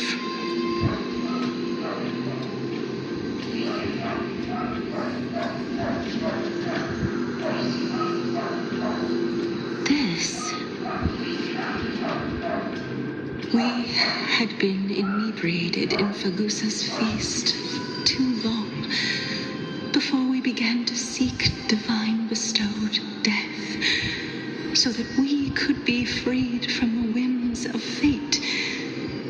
However, that brought doom upon us. Instead of summoning a supreme god, we encountered a monster that cut off the River of Souls. That detestable dragon Pollux denied all the dead from the gates of the nether realm. Unable to rest in peace, these departed spirits engulfed Styxia like a roaring tide. As a result, my city and its people no longer exist.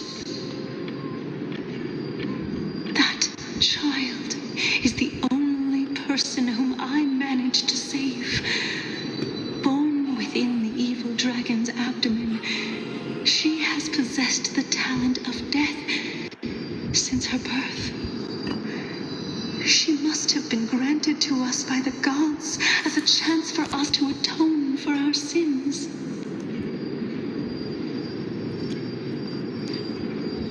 Please, you must nurture her to adulthood and prevent her from experiencing all of the suffering that we went through.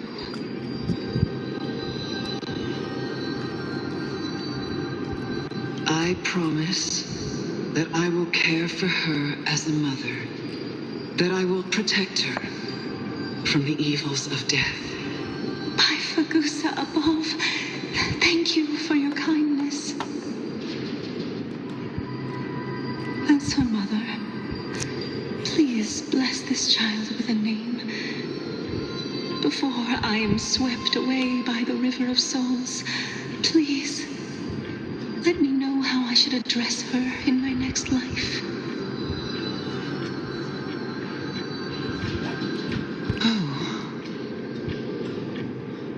Like how a transient raven butterfly, a fleeting papilio castor, perches on the twig of death. Castoress, that shall be her name. That's where my name comes from?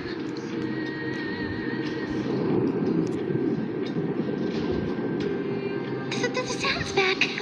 What is making that ruckus?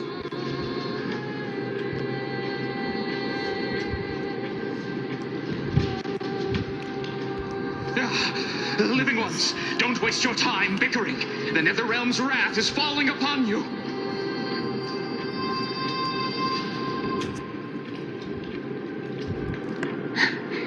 Black Tide Creations. When did they...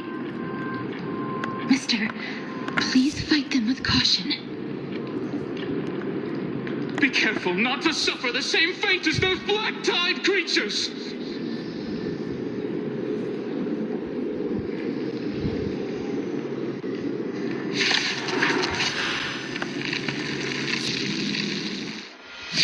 Everyone, hide behind me! Come on, you can do this. Arrows! Nothing but a fall. Time for a lesson. Open sesame. Glimpse in the mouth.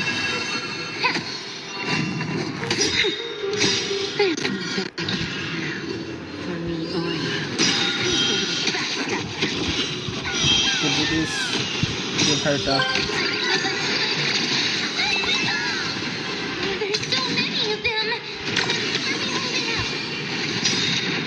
Everything in this world is bleeding. Yes, bad. Delivering more! Open sesame. Remember.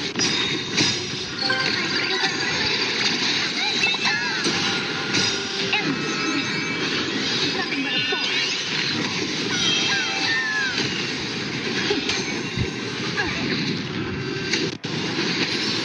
Time to rinse the shell.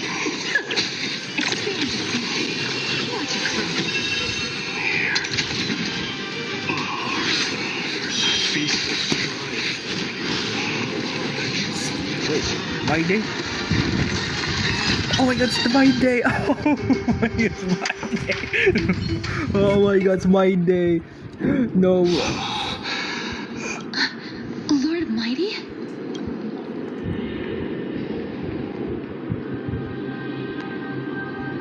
Lord Mighty, you've been through some tough battles once again. That black tide is endless. My death is only temporary. I will find my path of return and go back to the world of the living and continue my protection. Lord Mighty, I have always wanted to. Why does death reject you? I I'm the one resisting it. I must resist the temptation to go with the flow. I'll go against the current and kill my way out of this cursed nether realm. That is my destiny.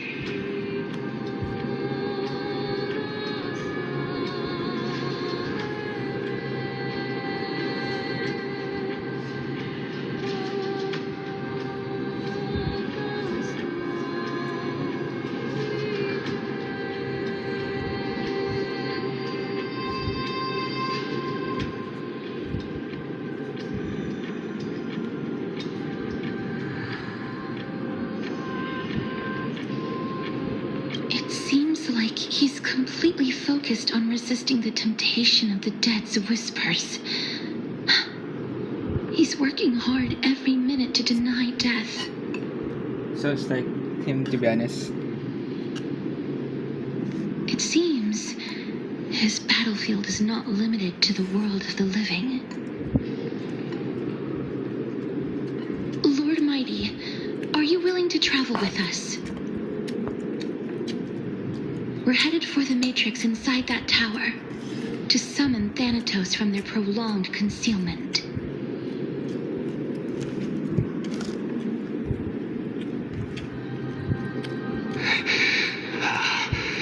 The challenge. Death. That's right. If we can work together and defeat them, you won't have to be troubled by the curse of immortality any longer.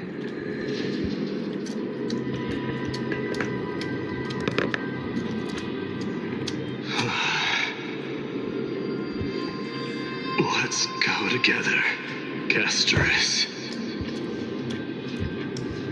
Let the person who has brushed against death countless times guide your way.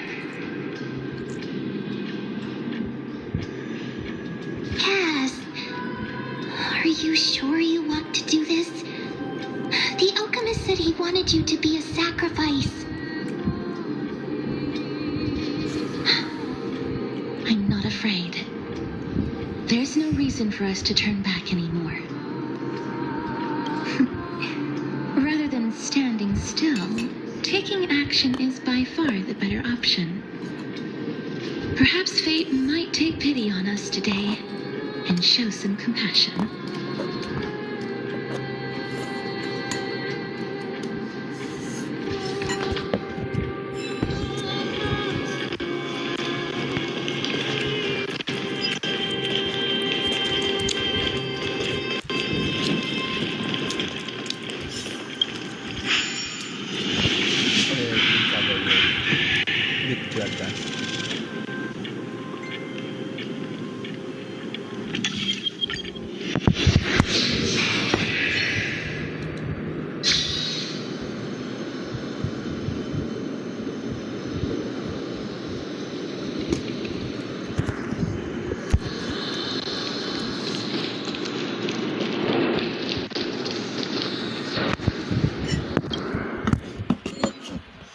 Okay.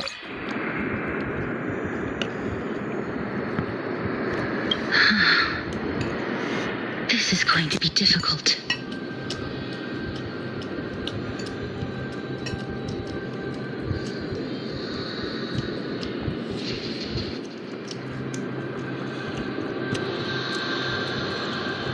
I'm familiar with this kind of mechanism. But I've never repaired broken chains. If I was more powerful, I would be able to carry one person with each limb and fly the four of us to the other side.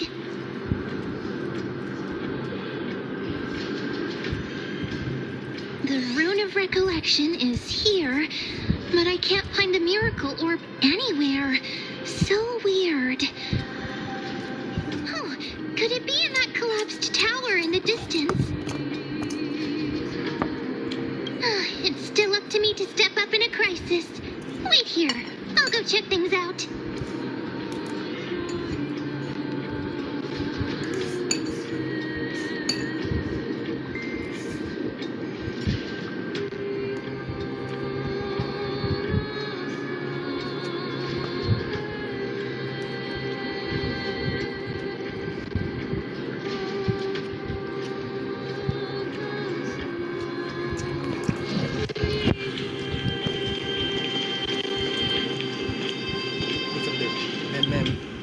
Just shout for me when you need my help! Got it! Just leave it to me! I just love how Mem so expressive with him.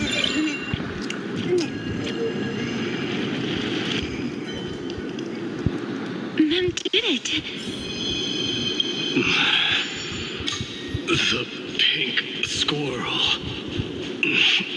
The miracle's range is limited. Please come a little closer. Aren't I a good fit for Orynyx's priest? Pink squirrel is smart. Of course. You're the most competent priest ever.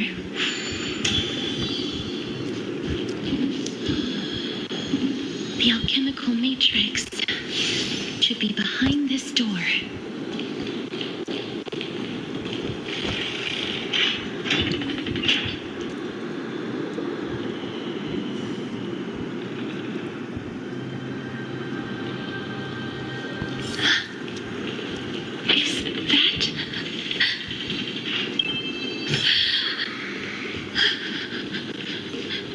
Trian. Oh my goodness. Oh no, it's no, it's Trian. Wow, there's so many of you! It's little Cass and little Grace! Oh, there's also No, little it's Z and the pink puppy! No, it's Trian. Trian? Aren't you...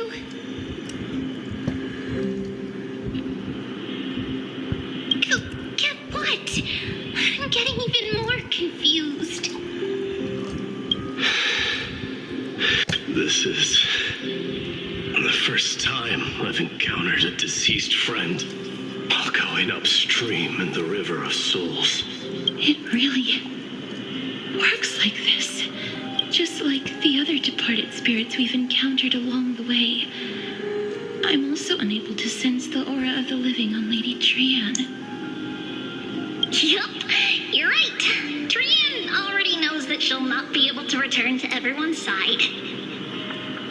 But Trian believed that little Cass would eventually return to the Netherrealm. So, Trian has been standing here at this spot closest to the world of the living and waiting for little Cass. Oh, it must have been very tough for you. But according to what Trian said, we're almost at the entrance of the Netherrealm. It's Trian. Trian promised Trevi and Trinan that when little Cass got here, Trian would get the gift ready and be the first person to run over and welcome you. So, little Cass, don't cry. Please, accept this. We finally finished it. This is what Lady Trevi once mentioned. The gift from me that you didn't manage to finish. The Holy Maiden of Janus. Even when separated by life and death, their thoughts are still connected. Trian spent a lot of time drawing this. So cute. Trian hopes that little Cass likes it. Saddening. Seriously. It's seriously a wonderful drawing. Lady Trian.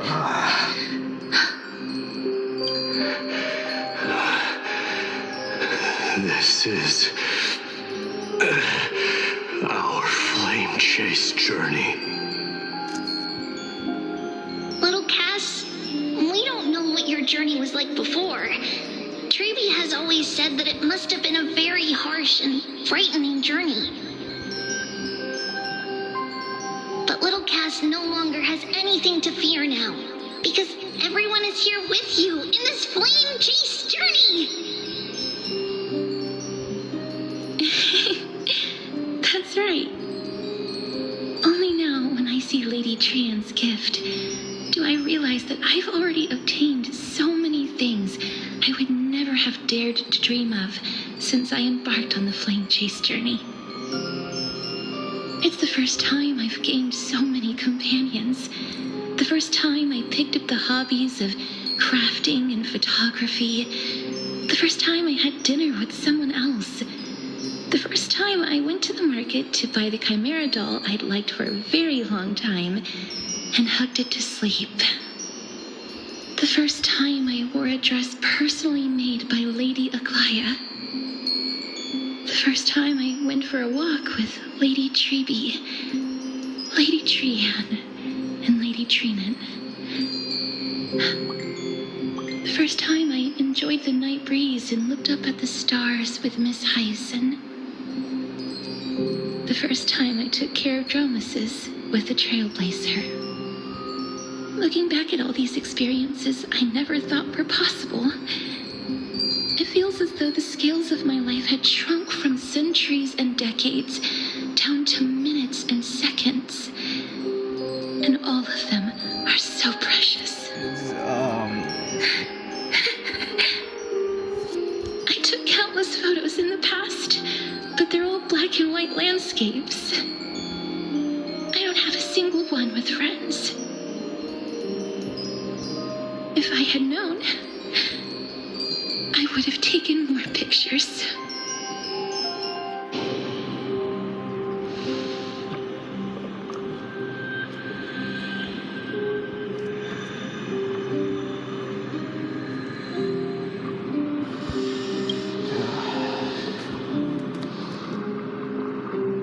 Trian says yes! Trian likes little Cass and would love to take a picture with little Cass. Sadly, being departed souls, our images cannot be captured in the world of the living.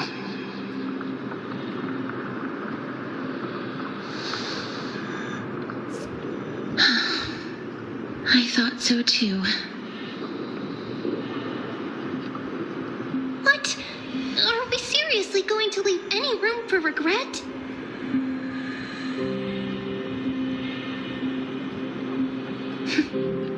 There won't be any regrets. This vivid drawing surpasses any photograph from the world of the living.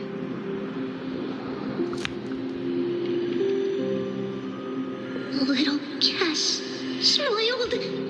Treeby, Trinan, and Trian's wishes finally come true!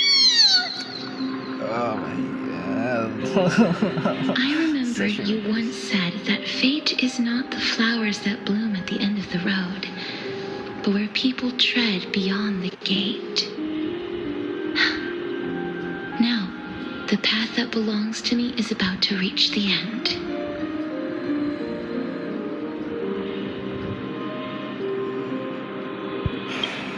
Thank you for bringing me the final key. Key? Little Cass, why are you talking in riddles all of a sudden?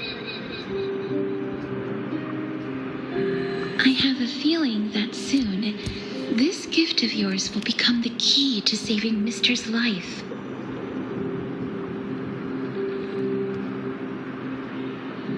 Wow, that's amazing! Then keep smiling and carry on bravely! Oh my god. Little Cass, Little Gray, everyone, see you No, tomorrow! not the see you tomorrow. Oh, yep. Lady Trian. The aura of this place. We have indeed reached the end of the stream of souls. If I go any further, I might lose myself. I must leave now. for the black tide still wreaks havoc in the realm of the living.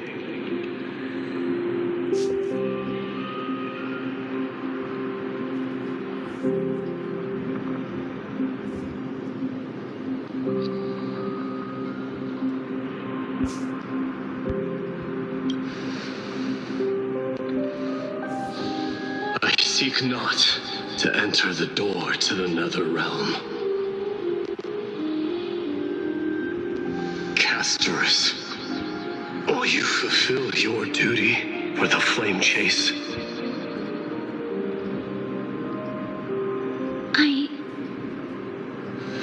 I have yet to make my decision, Lord Mighty.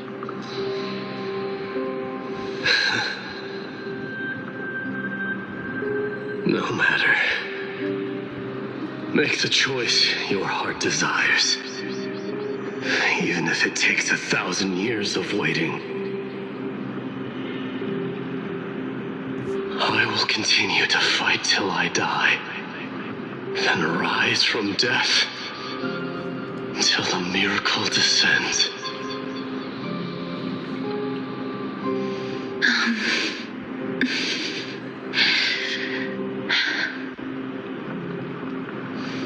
There is one more thing you should know, Lord Mighty. What is it? Professor Anaxa may have deduced the principles behind the Era Nova. You and I may be reincarnated as strife and death in the next cycle, becoming calamities wreaking havoc upon the world.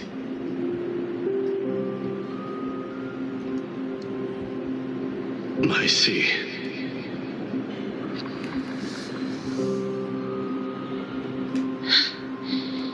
Is that all? Are you going to accept such a fate without complaints? Do you have a strategy to shatter the shackles of our fate? I haven't found it yet. Perhaps I never will. Then, cease wasting your thoughts on futile matters. Control what little you can. And when fate's inescapable grasp comes, resist it with the strength of your mighty will.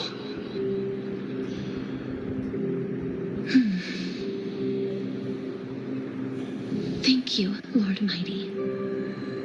I will find the right decision.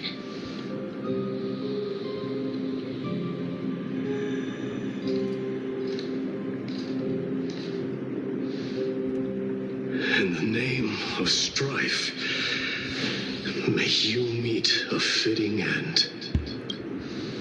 This must be the alchemical matrix the spirit mentioned. Let's see. We need to insert Aquila's sky, Georios' earth, Kephali's fire, Fagusa's ocean,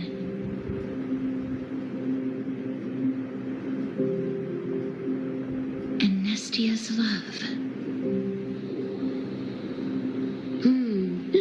It seems our sweet Princess Homebody has made up her mind. In that case, seamstress, I suppose I no longer need to deliver your message. My time is rather precious after all.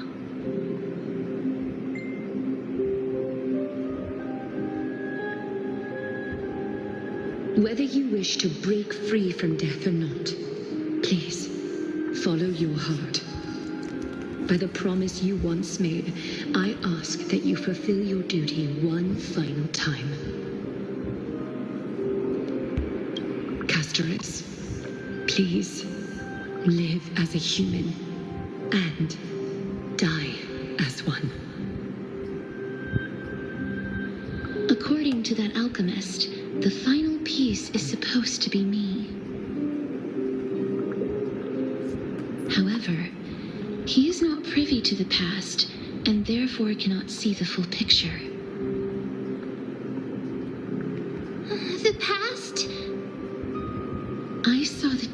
of death in Kethali's memory, and now I am certain that I was one of them. The trial of the Hand of Shadow demanded taking the life of your family. The Hand of the Shadow. I died during that trial, falling before the gate to the new world. And my sister, whom I never met, became the Titan Thanatos of this cycle. She was consumed with regret over my death, so she used the Titan's authority to reforge my soul. Yet, it also means she has never revealed herself to anyone, hidden away from the entire world. That's because the Titan she became already fell at the start of everything. They died for me, and now lie in slumber in the River of Souls. You mean Pollux? That's right. The River of Souls is no material river. It cannot be blocked by ordinary means. Only a divine corpse can prevent the dead from reaching the next world.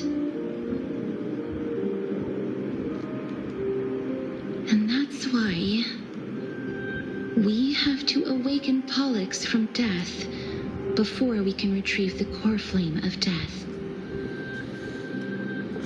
We have to reforge its body with the power of alchemy. But Cass, if that alchemist speaks the truth, does that mean you're also part of the dragon body? According to those departed spirits, I was indeed born as the dragon's twin. But before we talk about that, have you heard the sighs? I heard them too. So what are those? I think it's probably the sign of Pollux's wish being fulfilled. They must have realized how heavy a price they'd need to pay when they used their divine authority to resurrect a dead woman. That's why they exerted every ounce of their strength to send me to Styxia, a city that called for death, a land where none is hostile to death. They never saw their wish fulfilled and fell so prematurely, all because they wanted to give me a new life.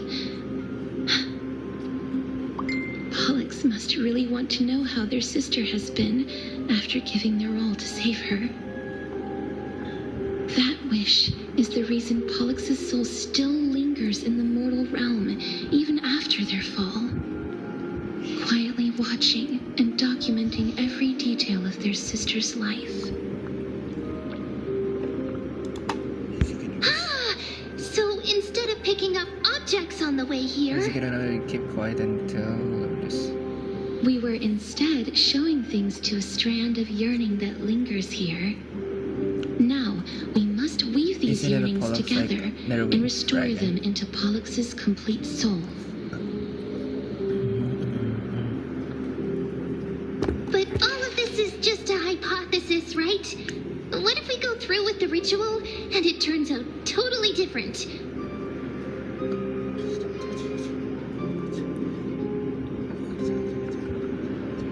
That's fine.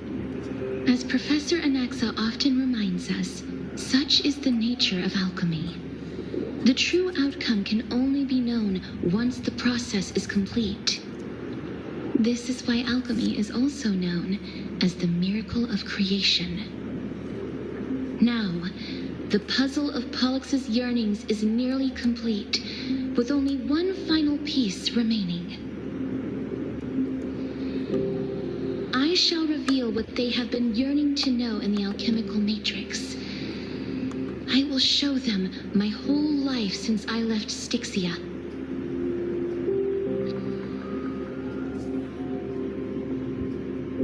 Lady Trianne has already drawn a picture of my entire life, and it is now in my hands.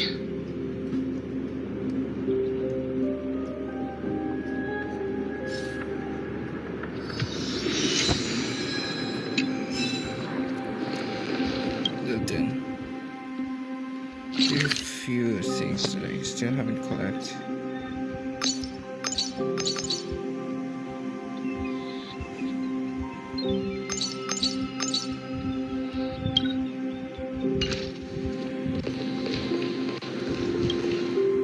Then, let the ritual begin.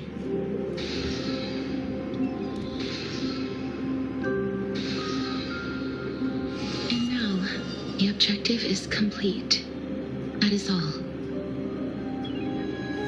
Such is what Professor Anaxa always says after preparing for an alchemical ritual. And now,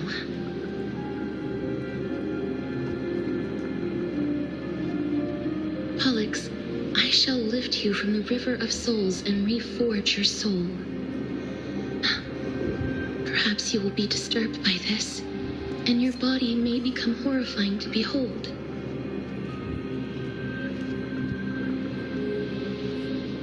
But if even the slightest trace of your soul remains, the soul that once ferried me to this side of the shore, then please, look at me.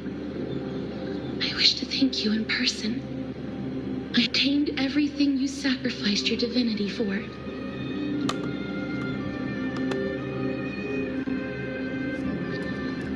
Lady... Did she recognize you? Oh, she must be the first soul we can communicate with here, right?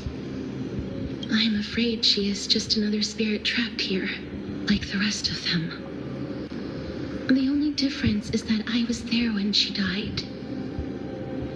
Please, go on. I'm listening.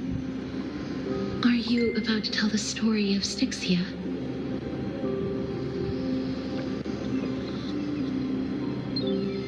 Yes. You're just as smart as I imagined, but...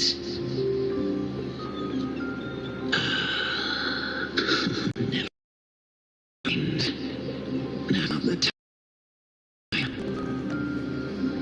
There's no need to worry, Elder. Take a look around you. You're already at the resting place of the dead.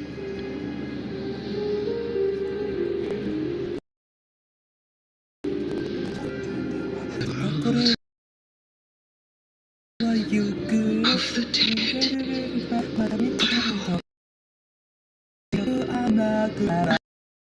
I understand you chose to remain the story to protect Asteris, the girl who coexists with death.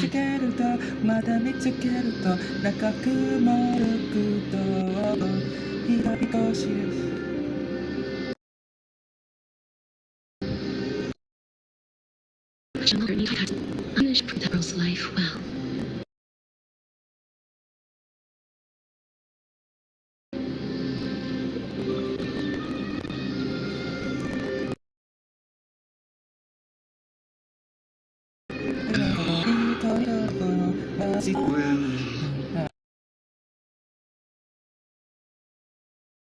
In that case, let me begin. Styxia, the pearl of the ocean, plagued by unwarranted calamity and ravaged by death in the fairy tale. It was the first city-state to shift their faith towards death, even before Idonia did. From where you stand now, I suppose that's a bit hard to believe. Right? Indeed. I cannot imagine that those from the era Chrysia, blessed with eternal life, could ever yearn for death. I'm doing fine, thank you very much. I have pondered the same question, child. But I am afraid there is no clear answer to it. Journeys and epics are only glorious and magnificent because all things eventually fade to dust. That's how someone once explained to me why death is necessary to the world. But I still can't take that as the final answer. Would a world without journeys and epics be worse off? I take it the one who spoke this line was a general, or perhaps a warrior. I, however, did find some inspiration in these words. Would you like to hear my thoughts, Castoris? Please enlighten me, Lady Almanette. Though I have already made up my mind on how to handle the authority and core flame of death. Your words might truly guide me toward the path forward. You and I are neither warriors nor generals. Therefore, journeys and epics cannot truly resonate with us. But what if I reframe it like this? What if love is not a trait bestowed upon mortals by Nestia, but a blessing from death? Love. No one ever invented the word cherish in the era when life was eternal. For all the good things in the world can be revisited endlessly, and every bond formed carried no risk of being severed. The so-called era Chrysia was an age devoid of both virtue and sin.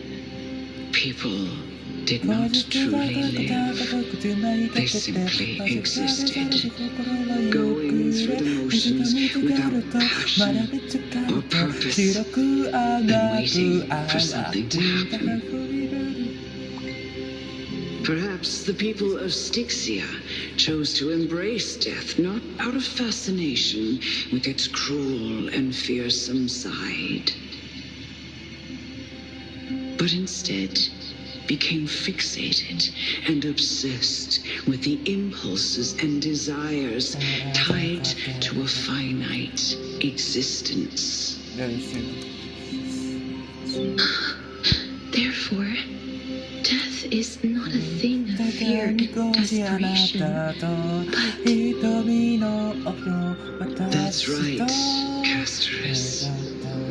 It is the reason we shed tears when parting ways, and also the original spark that ignited the passion of mortals.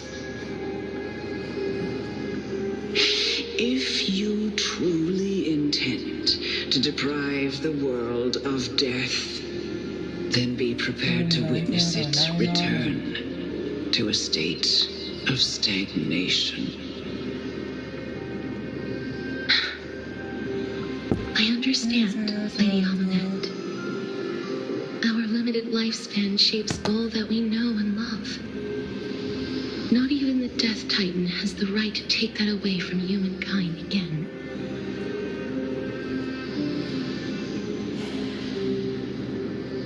Nestia's love was the chrysalis of Gold's first blessing, but it most likely wasn't understood by mankind. We only learned to interpret this wonderful gift after Thanatos' arrival. If the world was bereft of death, then the Queen of Styxia wouldn't have played a midwife in delivering me into this world. You wouldn't have welcomed me into Idonia, and Aglaia would never have invited me to join the Flame Chase journey. None of these stories would ever have happened. And I would never have lived, let alone found happiness. It's kinda dark. Thank you, Mother. I will use all the love I've experienced in this long life to complete the final miracle. My teacher, Anaxagoras, grant me the wisdom of all things. Oh. I call upon thee, the stripped dead dragon's corpse.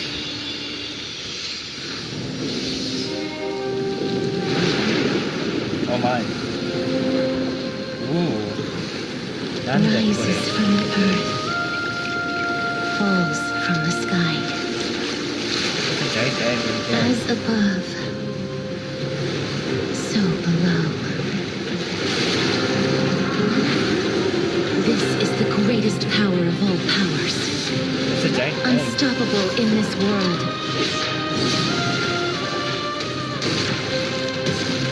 The great work that commands all death. I shall grant you embrace.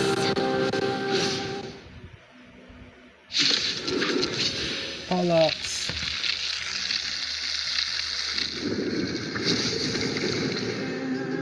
Oh look, a VIP has dropped by.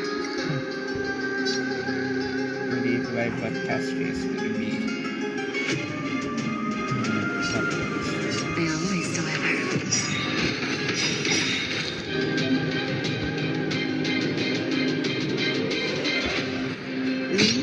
There's no begging for me or you.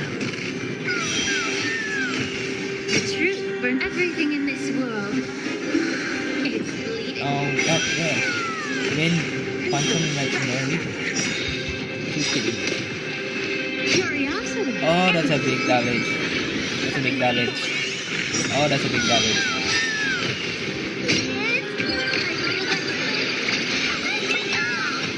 Is the girl who once saved my life long gone?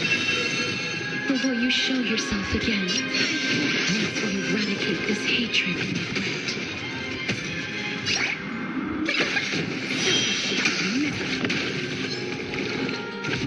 Just a graze. Jesus is a big damage. Ah, damage. Oh, biscuits.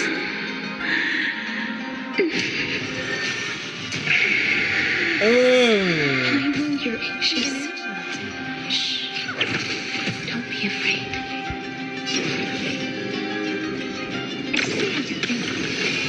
Allow me to purge the root of the problem. Be of your body and mind. Watch closely. Leaving the room. Is it coming? Never seen perfection before. Let me go with the most appropriate. No. Change that up. Let me go with the most appropriate team. There we go. There we go. There's the most appropriate team of all time.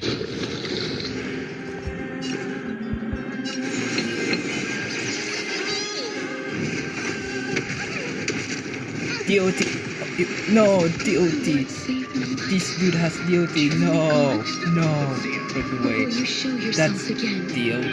Once we eradicate this hatred and regret.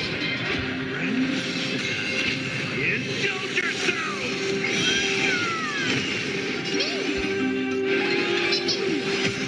Please cherish this time as you wish. That's DOT team. I know you're anxious. No.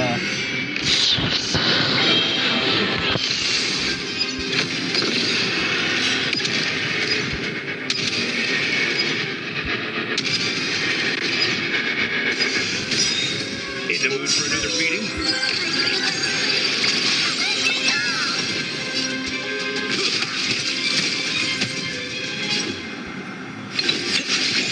Underestimating us will cost you.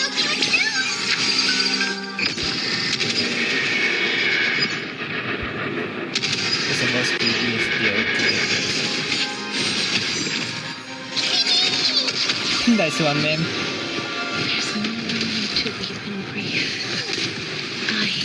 Step up, let's see. I will grant you peace.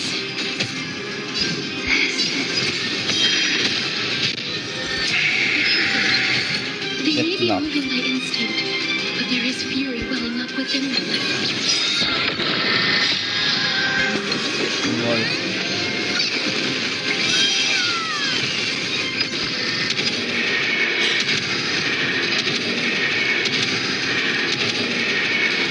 May death protect us! Boom. Please, don't turn back. Nether realm.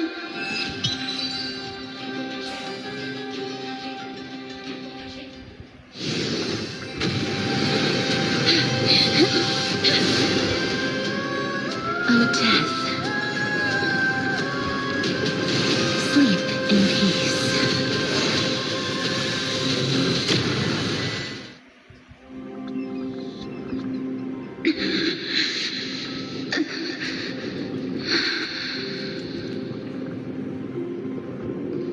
I'm sorry I have to wake you up from ancient death.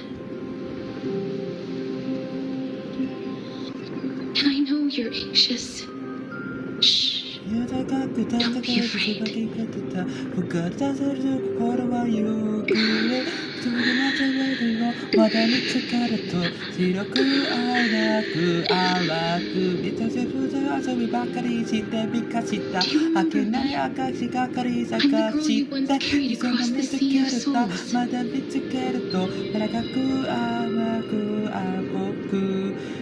I'm sorry I wasn't able to remember you, but with the help of many people, I was finally able to pick up these broken fragments of my past.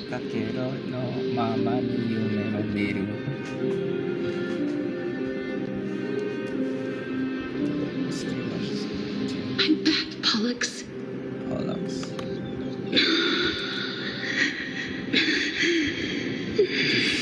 It's like an unborn Pollux. I know this might not be what you wanted, but I have to do this. So please, carry me across the Sea of Souls again and return me to the Nether Realm, just like you did in the past. Please take me to where the core flame of death rests.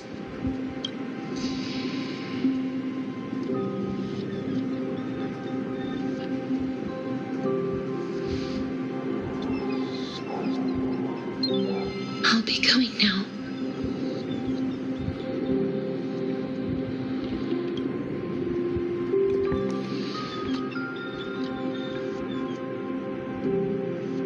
They may look scary, but as long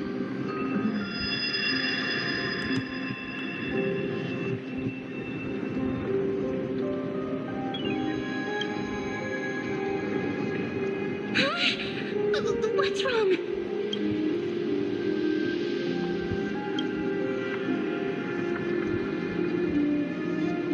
Are you... What's wrong with him?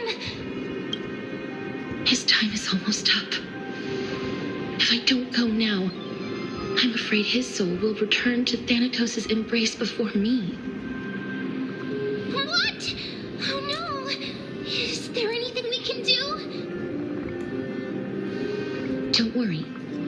I promised I would ask Thanatos for the Trailblazers' right to roam the Earth again.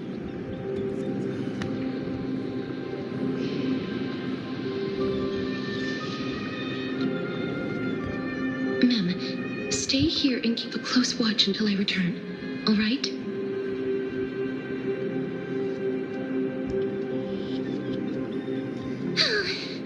All right. I'm the best at taking care of others. Go on, Cass. Make sure not to leave yourself with any regrets.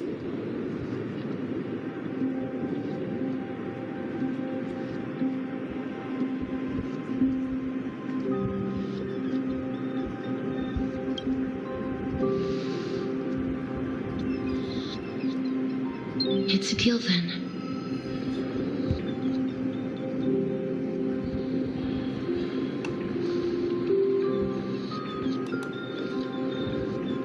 Let's go. Please.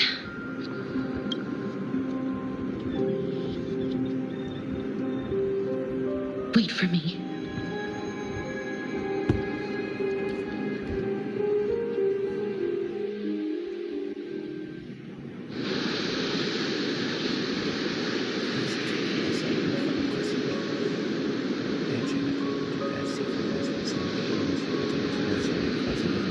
After all that, you still ended up back here.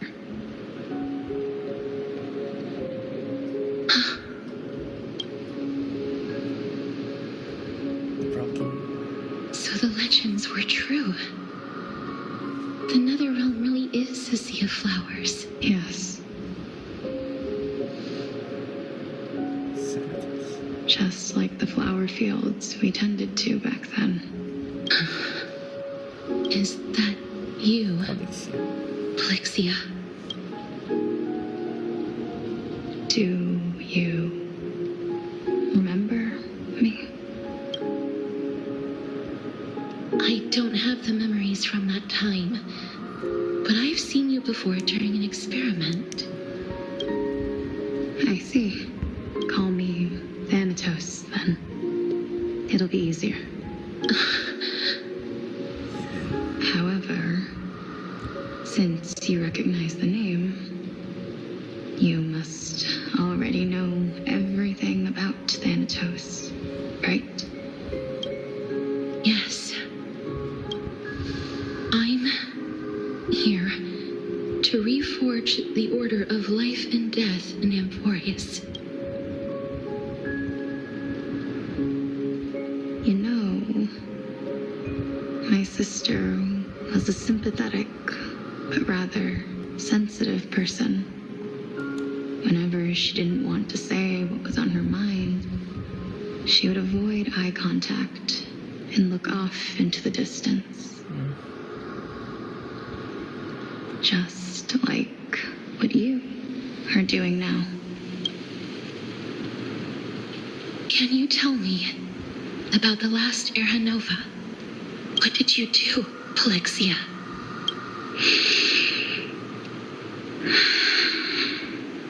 Where should I begin? I suppose we can start from the beginning. A long, long time ago, there were a pair of like-minded twins. As foretold in the prophecy, they were chosen to be successors to the god of death. But fate was cruel. The price of attaining divinity was to take the life of a family member with our own hands. Oh, it sounds like some kind of Kiana verse.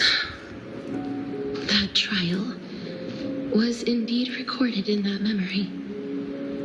Then you should already know that my sister voluntarily gave up her own life so that I could ascend as the demigod of death.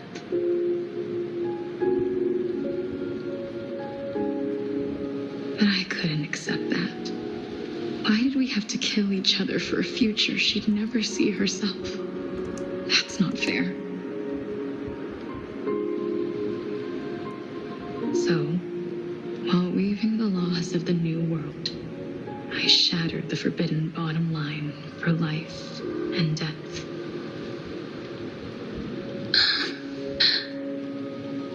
I reshaped my sister's soul and took the form of the great dragon Pollux to carry her up the River of Souls and back into the mortal realm. But our fates were already decided and manifested in unexpected ways in response to my futile actions. Aging is an unbreakable law of nature laid upon humankind, created at the same time as death. When the living die, their souls will meet Thanatos, who would determine where every soul goes. If the Reaper raises their left hand, the soul is granted death and allowed to enter the Netherrealm to await reincarnation. If they raise their right hand, the soul is rejected by the Netherrealm and returned to the mortal realm to continue walking the earth. Oh my God. That's why the Hand of Shadow can only lay down judgment and not embrace another being. Yes. Death was originally a pair of hands, but they were split in twain when we reached the mortal realm, never to touch each other ever again. The half of Thanatos that represents life, the undying human who grants death, that was the curse I forced upon you. Then, what about you? As the half of Thanatos representing death, I shoulder the fate of defying death. I died the moment I entered the world of the living. From then on, my Titan also no longer existed in this world. The cycle of life and death stopped. Souls were denied their audience with death and were left stranded within an ever-rising river of the dead. What irony. My selfish desire to save your life gave you and the world a fate far worse than death instead. I knew this. Then, what was left of my reason was left behind in the Netherrealm, where I've been taking care of these flowers day after day, until there is now a sea of them, all while mulling over the subject of life, death, parting, and enduring an endless loneliness. Fate is absurd indeed. Our lives were a mirrored image of one another, like a pair of hands. Even so, we arrived at the same destination. We walked different paths, yet experienced the same pain. I had hoped that maybe you would at least have a good life in this cycle. I'm sorry. I lived my life well. It didn't go to waste. As far as I'm concerned, you did nothing wrong. Even though I forced the authority of granting death to humanity upon you, a total stranger. Too many responsibilities were forced upon me in the course of this long journey. I was once lost, even upset. But I realized recently that if it weren't for your blessing, I wouldn't have understood the source of these emotions, nor would I have realized my purpose. I wouldn't have made it here to reunite with my missing half. And we wouldn't be discussing our past while sharing the same view of this landscape.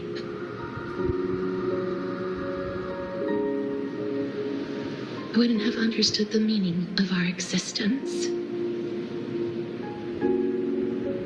The meaning of our existence. This sea of flowers blooms on dead land because we sowed it with the seeds of our separation and watered it with our tears of loneliness. Yes, the only thing death is allowed to create are flowers that bloom from blood and tears. That's why Thanatos cannot create living beings at will, nor can the Hand of Shadow determine a person's remaining days. Because the life and death of mortals should never be dictated by another's will. Are you saying there's no point in Thanatos' existence? No. No single being can bear the scales of life and death on their own, not even a god. Life and death weigh equally heavy. Yeah. We both know that now, don't we? You, too, must have had a difficult life. We've taken quite a ridiculous journey together, haven't we? I had a feeling, even back then, that we would meet again one day. Not to embrace one another after a long separation, but to come in search of retribution. Tell me the answer that's already been written, and let us draw this seeming endless fate to a close. It's been far too long. I've waited here for centuries, watching day after day as desperate spirits are denied by this lonely wasteland. I always hoped I would see you among them, but I was also afraid of seeing you. I didn't know how I could possibly face you again, but more than anything, I was afraid that you might have forgotten all about me. I know. But don't you see, Polixia? I made it back anyway. You don't have to shoulder death authority on your own anymore. It was always meant to be held in two hands anyway.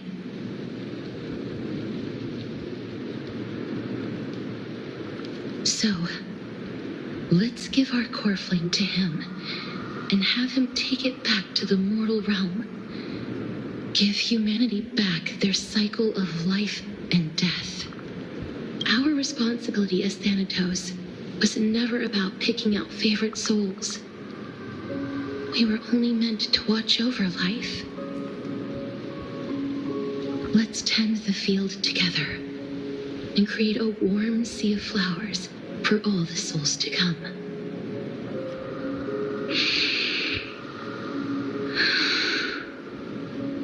What do you think, Polixia? Yes, just one last step. You shall wither, and through that, the dead will sprout again from the remains, and be reborn with the dead flame. As foretold by the prophecy, Thanatos' authority is only destined for only one person to wield. As the Chrysos heir of death, as their demigod, as a titan, our fated moment has arrived once again. Just like before. Yes, just like before.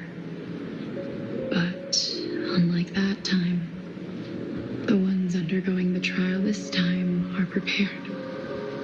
You've made up your mind? Yes, as dictated by fate. But I won't be afraid, as long as you're here with me. Complete your trial in this life. Grant me the embrace of death, and light the spark of life ablaze. You've been tempered by life and death. I know you'll be able to give this wasteland its first breath of life.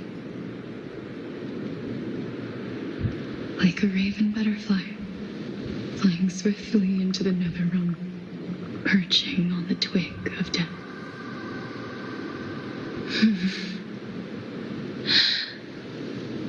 I will. After this, I will remain permanently in the nether realm. The river of souls shall return here and rain down from the sky, scattering souls across the earth. The cycle of life and death will flow once again. The sea of flowers you sowed shall bear countless joyous or sorrowful souls and bloom evermore.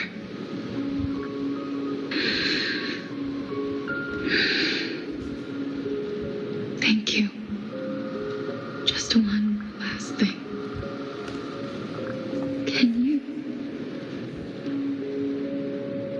grant me one wish? Of course. What is it? Please, don't forget me. I promise you, when we meet in the next world, even if I have endured another reincarnation, even if we do not know each other's names, I will still hold you tightly in my arms, just like what I did when we were born. Castorus. Castorus, you are as beautiful as a fleeting butterfly.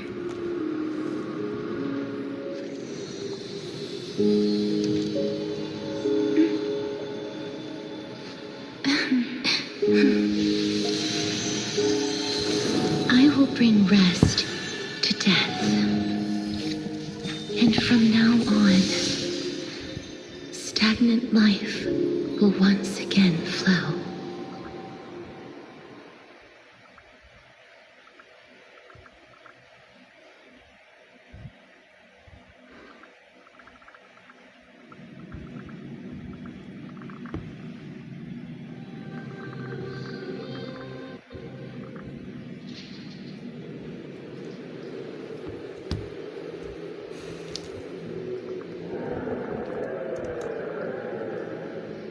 Time flies. In the blink of an eye, the 15th entry hour is already at hand.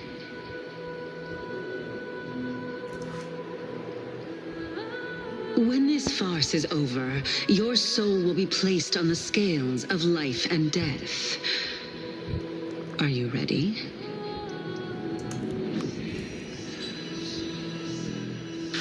No need to ask so many times. Of course I am.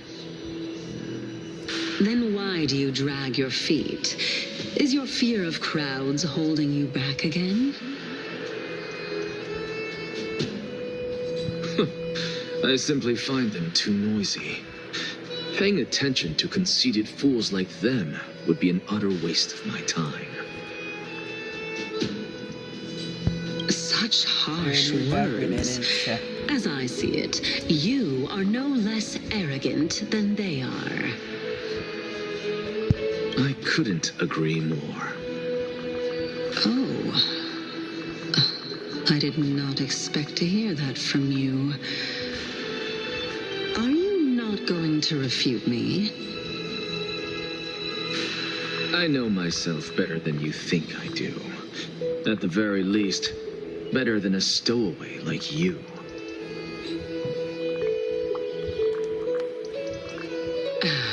And they say men whose ends are nigh have but kind words. Well, that is exactly why I chose you. Should I thank you for the compliment? The hour of the trial has come. Do you have an answer for me? And how will you prove the veracity of your argument? I suppose there is no point in putting this off any longer. Do you recall where we stopped the last time? You were saying that Amphorius's history is cyclical. Indeed. The demigods that bear the core flames eventually become the new titans at the world's end. Remember what happened on the Holy Mountain?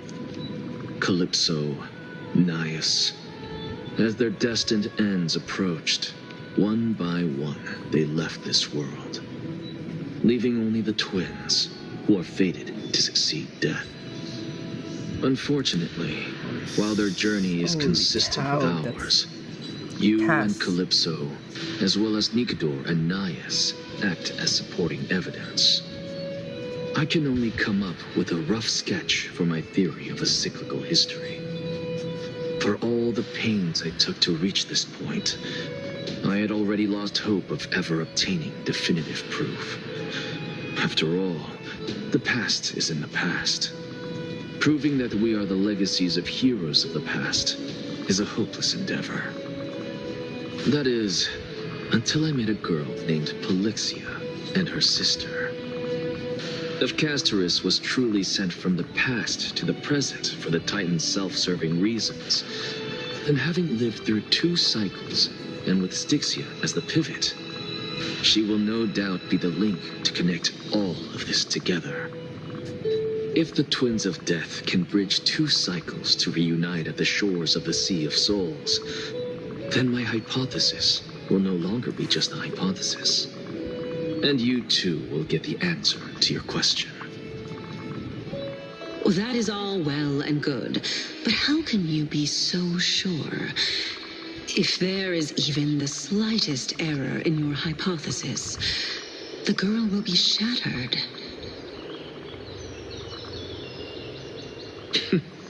It matters not. The most important quality a scholar must possess is foolhardiness. If you are overly cautious, then you'll never have the gumption to make the first step, and change will never come.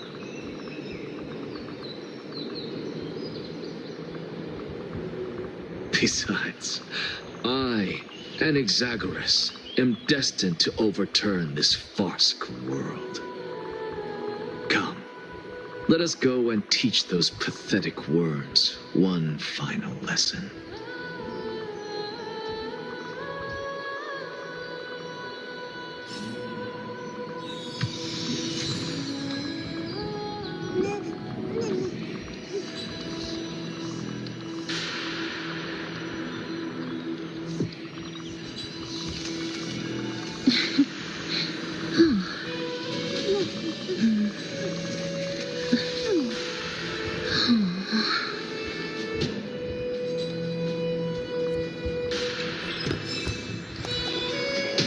Go.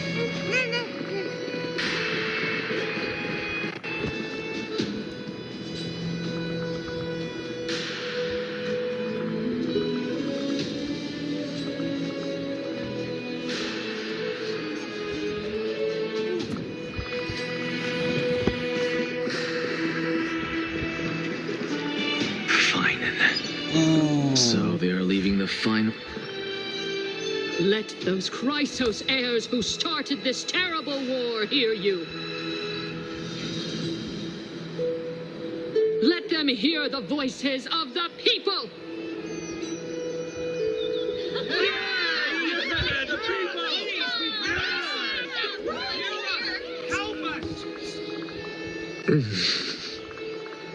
As always, that woman knows how to stir up. Literally, this. Professor Anaxa, I thought you'd pass on this. Everyone must cast their vote, or this assembly would serve no purpose.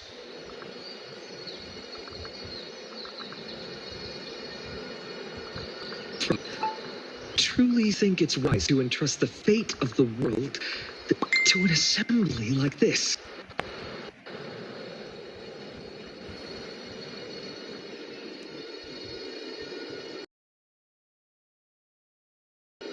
Akama has stood strong under this system for 1,000 years. It stands to reason that there is purpose in its existence.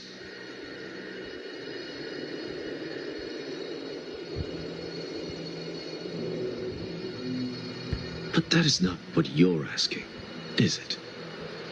What you really want to know is Aglaya making the right decision in entrusting the fate of the world to you?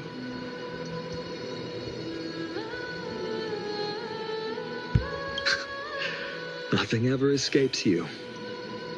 I didn't spend all those years teaching you for nothing.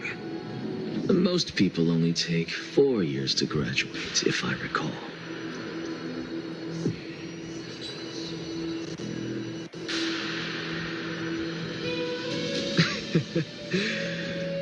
To tell the truth, I feel like I'm on my way to an execution chamber instead of a podium.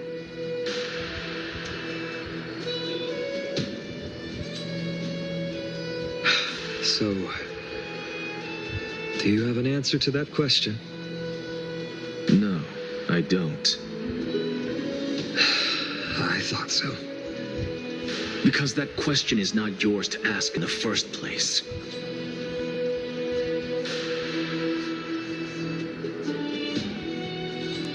Is Aglaya entrusting the world to you the right decision? Don't make me laugh. That is a question that woman must answer herself. Why are you fretting about this on her behalf? Or have you been seeing yourself as her pawn all this time?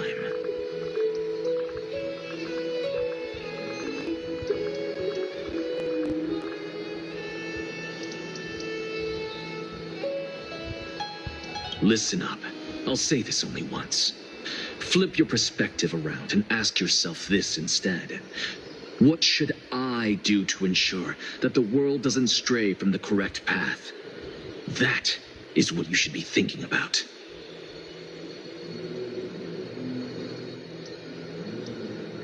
You still have time, so give it some thought. Oh, and don't bother telling me the answer.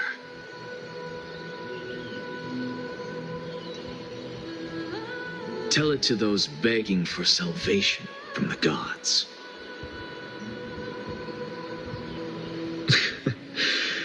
Got it. Thank you, Professor Anaxa. That's Anaxagoras to you. Who will you be voting for? That'll depend on how well you perform. May Cersei safeguard your thoughts.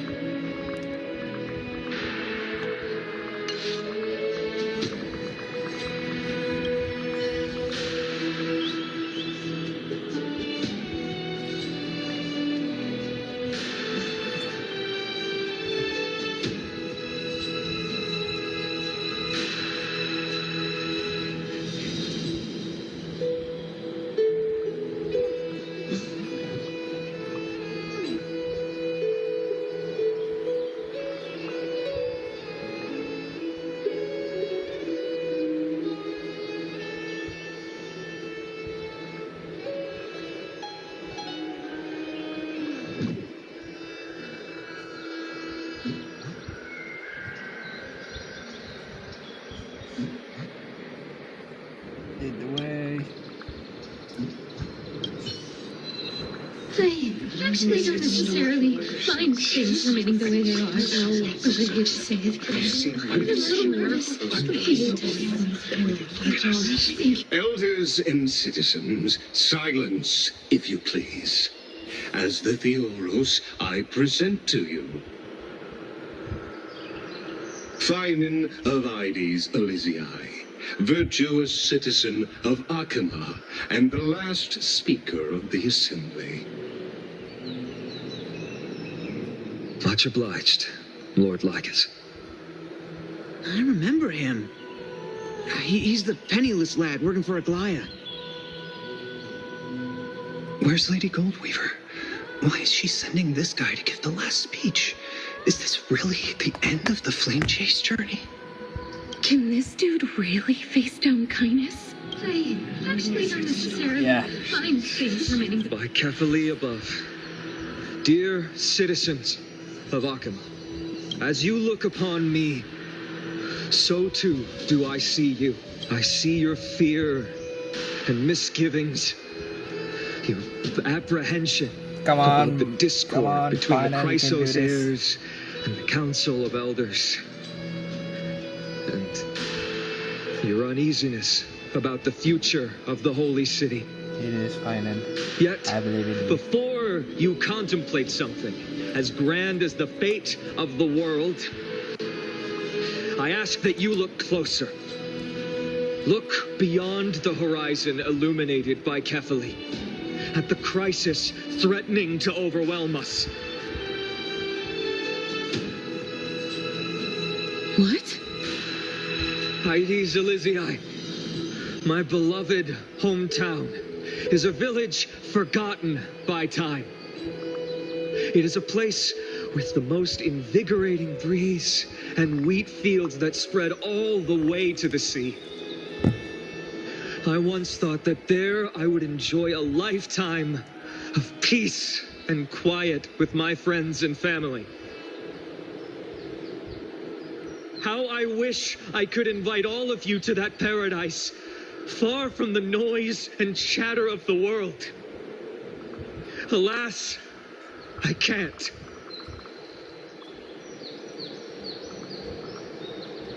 Because she and all that she nurtured, all that I loved, they have long been devoured by the black tide. My beloved home is no more. Yeah. I will never forget the day the black tide struck. My father, Hieronymus, fought with a broken sword to his last breath to protect his child. My mother, Aldada, she was ripped apart by monsters. Also, I might live to stand before you here and now. Galba, he was a hunter. But in the end, those arms that once drew a bow instead embraced Piso, his beloved son, as they both breathed their last. Pythias, the teacher, risked her life to save her students, but a burning beam fell on her, crushing her. And what of Livia, her daughter? Did she make it out alive? No, she didn't. Livia, Piso, and so many other children. My childhood friends. They were all swallowed by the black tide and turned into monsters. They kept saying the same thing over and over. Even up until the final moment, I finally steeled my heart and granted them eternal peace with my sword. Why, Vina? Aren't we the best of friends?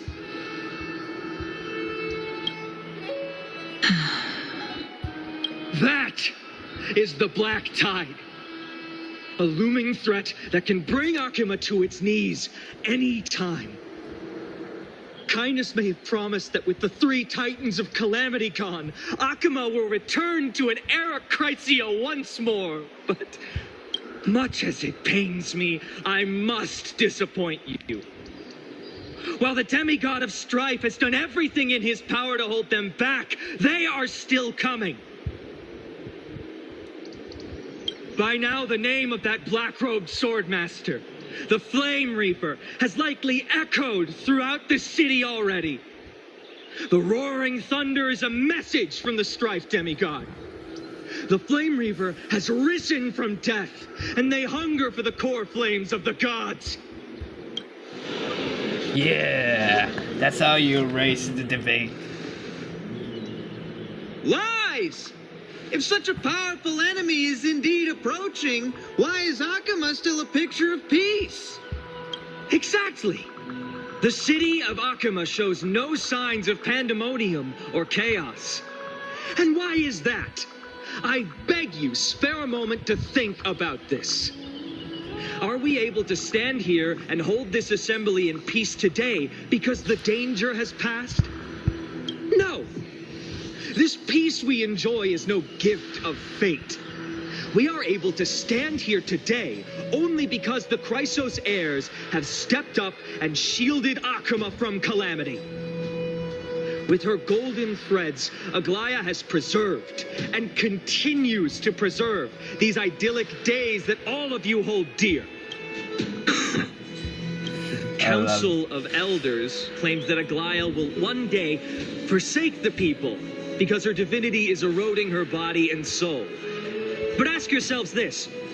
Rather than offering her aid and support, why do they choose to watch and push Akuma away from the flame chase journey?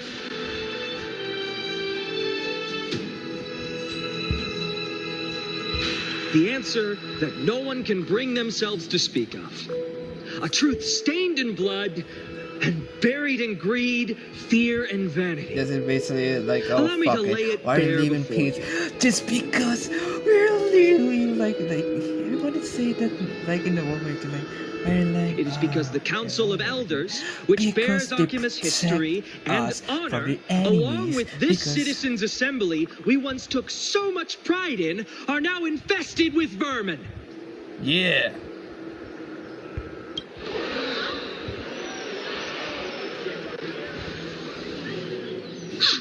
You insolent whelp!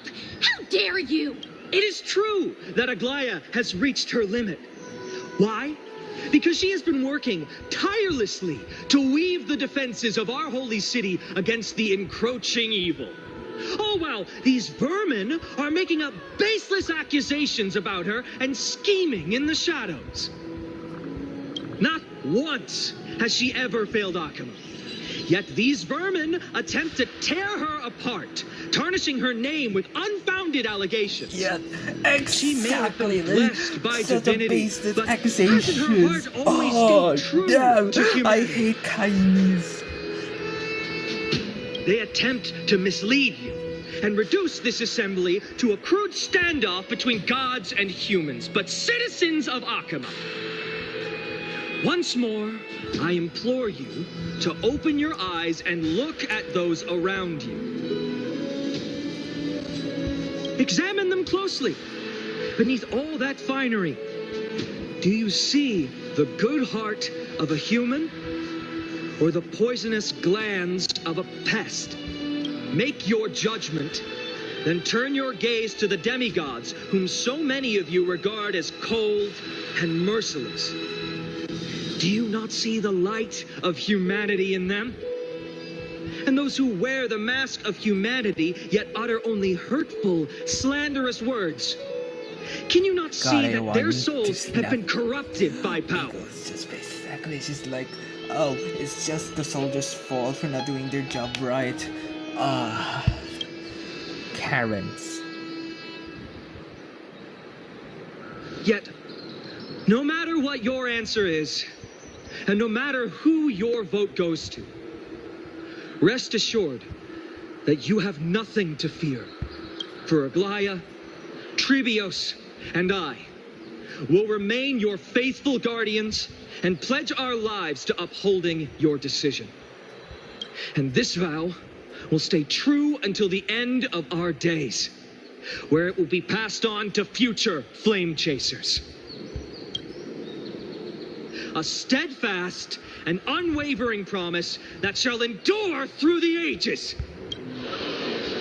Absolutely right. The Christ of Fairs have only our best interests in mind. I still don't understand it. We never believe these people are selfish.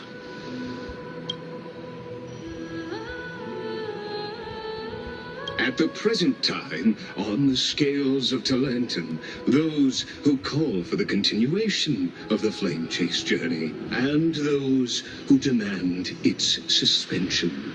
Each faction holds an equal share of votes, resulting in a perfect balance. As expected, this is the moment when the Flame Chase journey is the closest to its end. And now, it's your turn to vote, Lord Anaxagoras. Is there anyone else who hasn't voted? No, you're the last. Cast your vote with care, for your decision will break this impasse. I have long since made a decision. Very well. May you bring much needed change to this farcical world.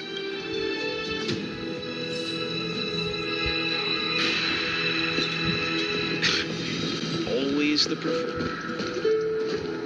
Now, continue the flame chase.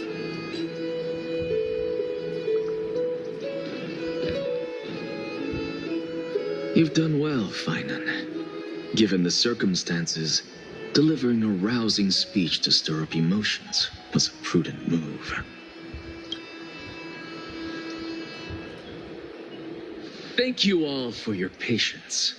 on behalf of the 7 sages of the Grove of Epiphany and the scholars of Amphorius, I, Anaxagoras, am ready to cast my vote.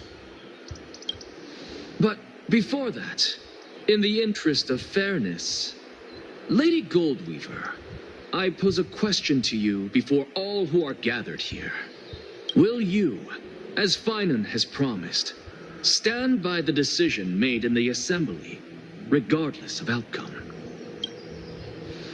In the interest of fairness, I make no promises, lest it should influence your decision. Very well. I thank you for your honesty.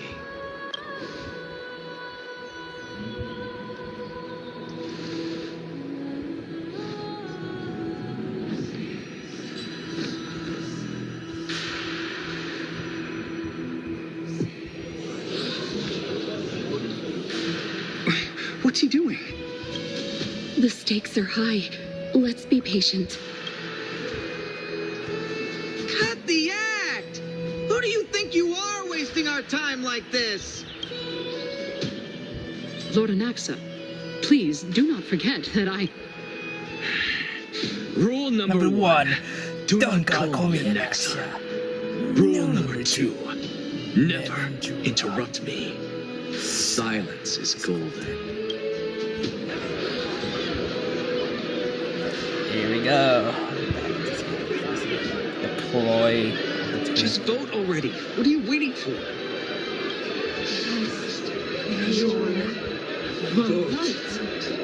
Cast your vote.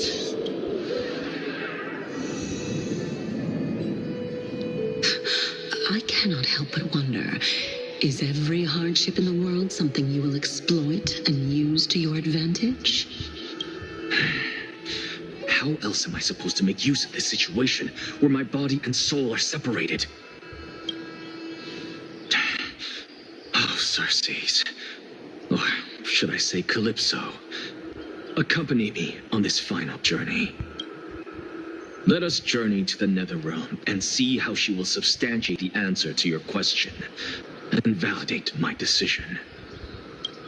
We need only to follow the sound of the tides.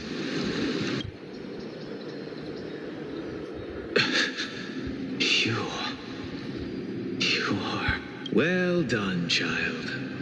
Just as I foresaw, you have achieved great things.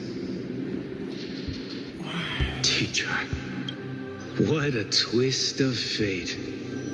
A blasphemer raised in the doctrines of the Venerationists. It's like a foal kicking its mother in the belly after taking all her milk. I respect you immensely, sir. You cherish the truth even more. So, child, do not be troubled by the criticisms I have borne. Do not let those voices hinder you as you forge ahead. As the sage of the Venerationists, I am duty-bound to oppose you. But, as your friend and mentor, Anaxagoras, I say, go forth, for the truth is already in your hands. I will keep that in mind. Go now, child. Your lonely pursuit is about to welcome a new chapter. And when you reach the end of this journey, may we meet again with the truth before us. You have my word, sir. May Circes safeguard your thoughts. May Circes safeguard your thoughts. You are right, Empedocles. My lonely pursuit is about to welcome a new chapter. May we meet again with the truth before us, Empedocles. What are you waiting for? Just cast your vote. Silence! Silence, everyone! Behold, Circes, here at the center of the world, I shall write the final step of my proof. For this place is but one step away from the truth.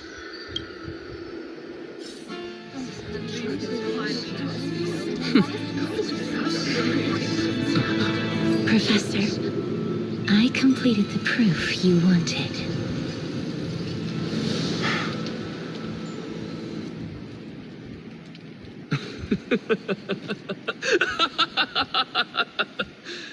Thank you, Castorus.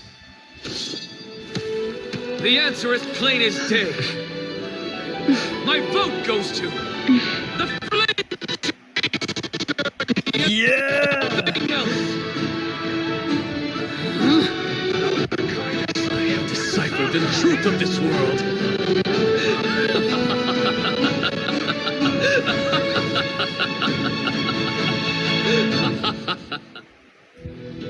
With the balance shattered, the result is clear.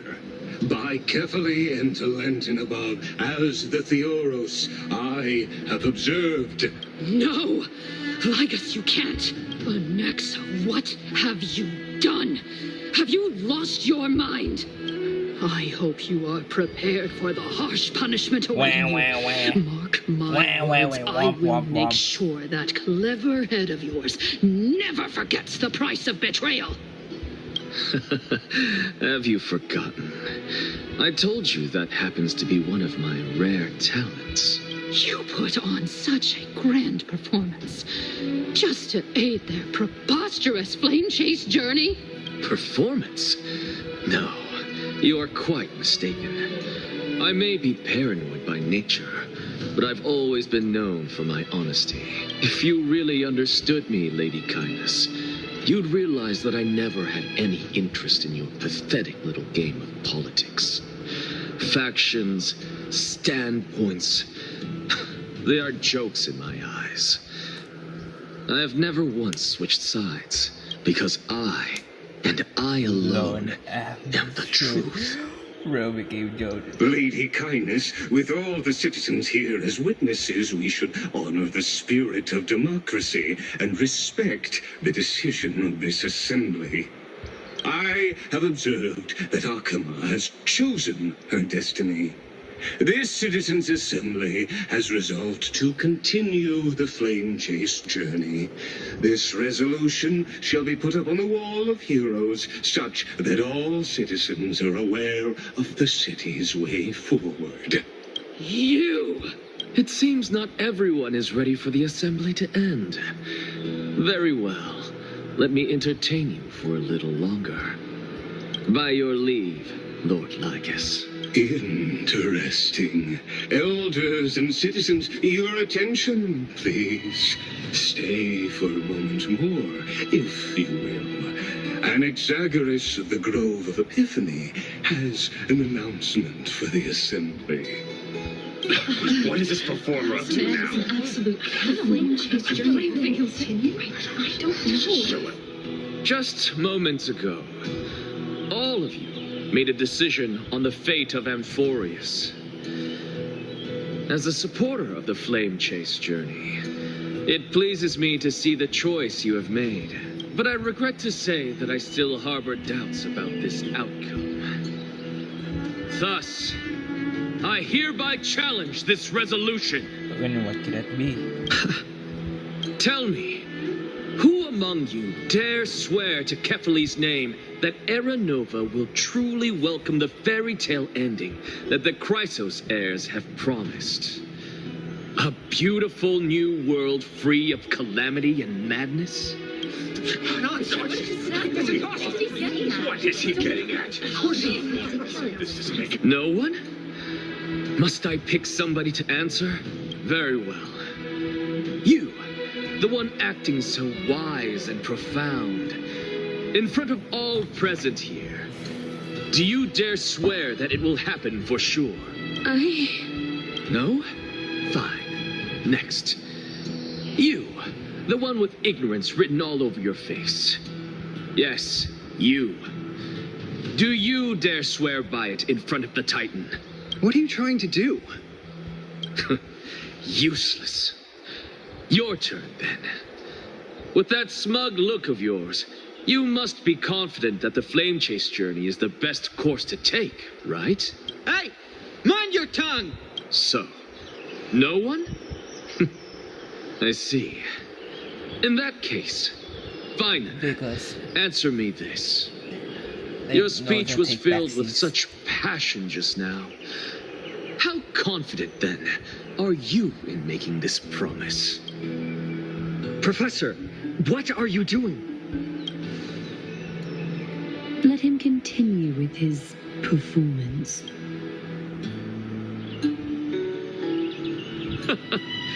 Will you look at that? Even Finan and Aglaya lack the courage to make such a promise. And what's even more absurd is that no one but I can promise you this new world. And yet, the Assembly passed the resolution anyway. But you needn't worry, because I knew better than to trust you good-for-nothings. That is precisely why I am here today. To give you one final lecture. And what could that be? Now listen up and listen well. I, Anaxagoras of the Grove of Epiphany, hereby declare everything that the flame chase journey promises is true. Finan of Ides Elysiae, the prophesied demigod who shall succeed Kefali, will reforge each and every one of us in the new world with his complete, intact memories. What? The core flame-bearing titans were the Chrysos heirs of yesterday, and the Chrysos heirs who carry the core flames today will become the titans of tomorrow. All of our souls shall endure for eternity in the miracle of the World-Bearer, and all under Kefali's protection shall step into that new world. Oh, goddamn.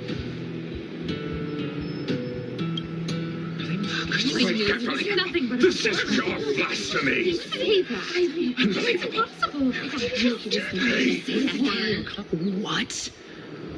Are you saying that we must bow down to you and worship you even in our next lives? Enough, you blasphemous imbecile! How dare you try to deceive us with all these lies and falsehoods? How can you prove? I told you, don't interrupt me. But since you've asked, I shall be kind and indulge you. My statements are based on my experiments on the divine body of Kefali themselves. You heard me correctly, everyone. With the tacit approval of kindness and the Council of Elders, I fused my soul with a god through alchemy and learned the truth behind Era Nova. What is he talking about? Isn't that pure blasphemy? I, the vile, wretched blasphemer, deserve nothing less than death for my sins. And the Council of Elders, which granted me consent and aided in committing this atrocity, should face punishment alongside me. Holy. By the gods, even kindness has betrayed Akama. Be careful. Yeah. Be careful,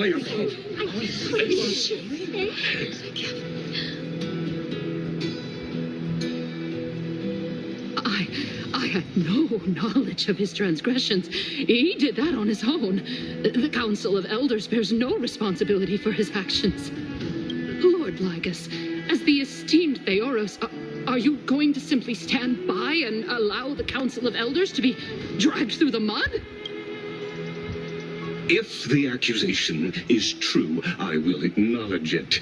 If not, my conscience stands unburdened.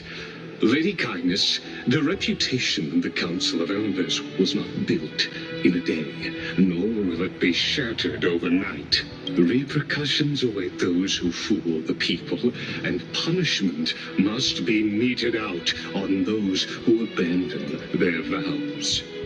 We should respect this beautiful city and her people. You...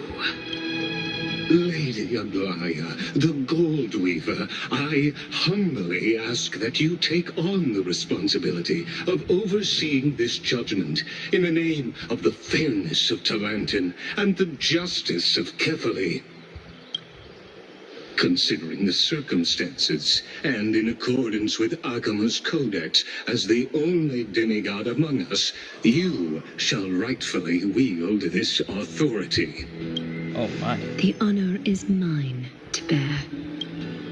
How is this permitted?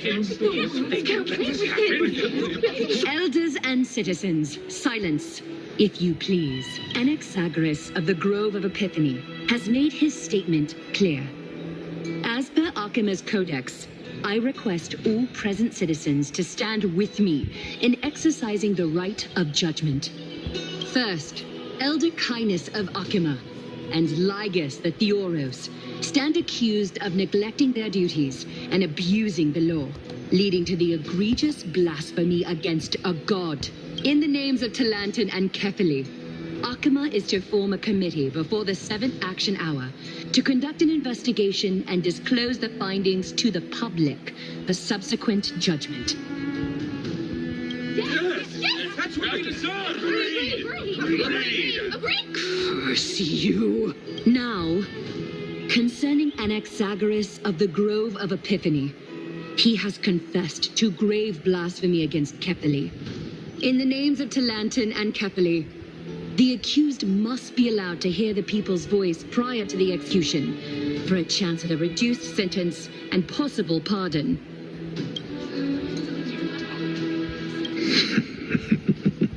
Professor.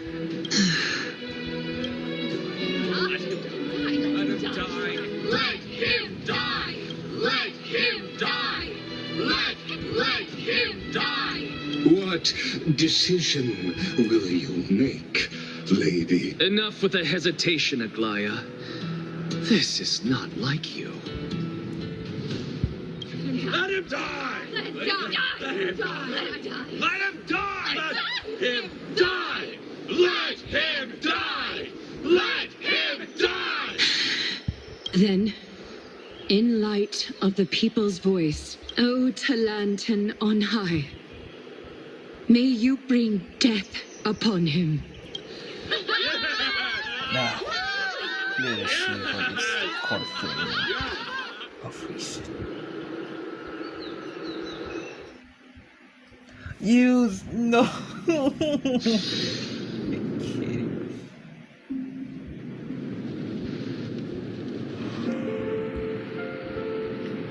You're kidding me. Oh, it was so good.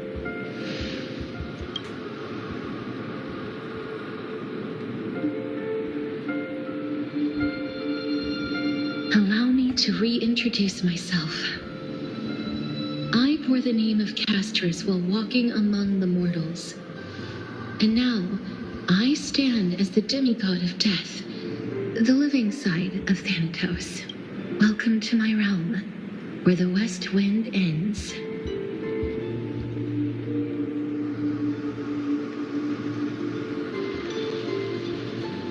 My mom and my colleagues.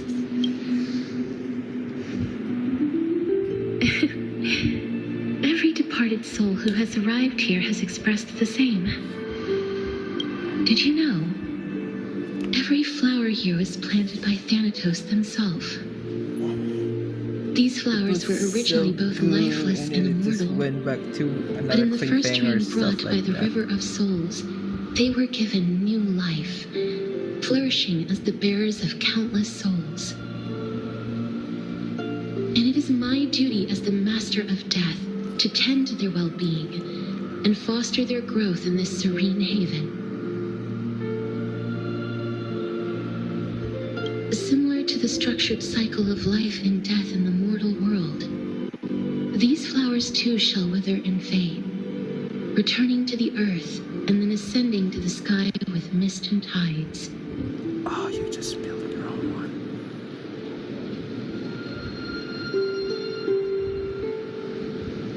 Eventually, they will descend to the mortal land as gentle rain. Every soul undergoes the perpetual cycle of reincarnation, albeit in varied forms, until the world meets its end. Yet, sadly, there's no time left for Emphorius to wait for when the flowers bloom again.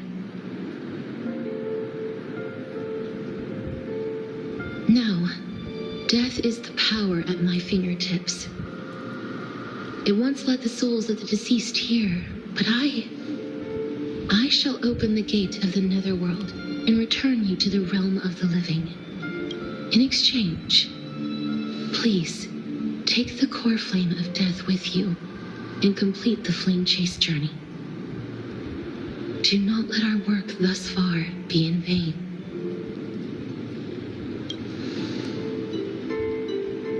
Thank you.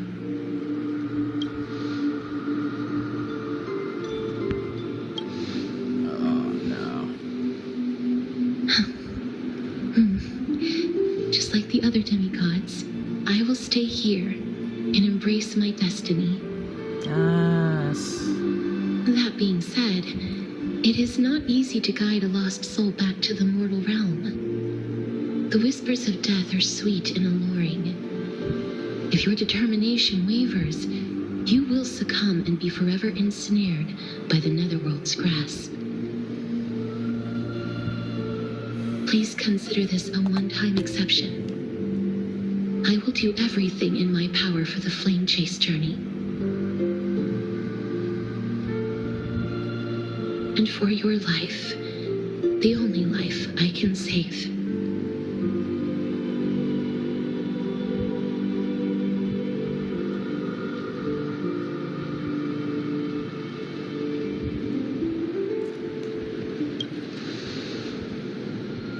I am glad to hear that.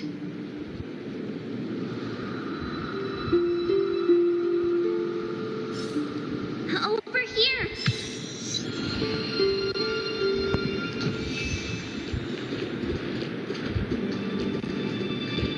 I believe in you.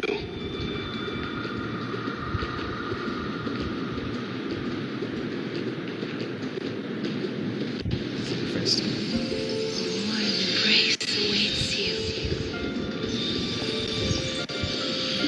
Death is such a sweet joy. Lift your chin up high and step forward with us toward tomorrow! That's right. Keep your eyes on the dawn. Onward. Show me courage. Partner, we shall become heroes together.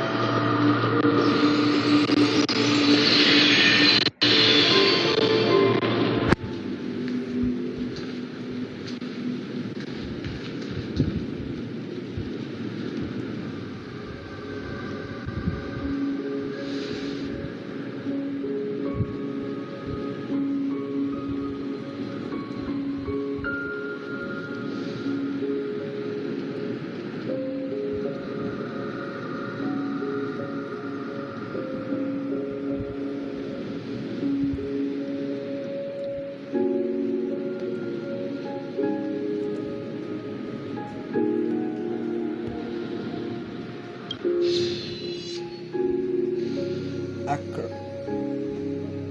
Fear not.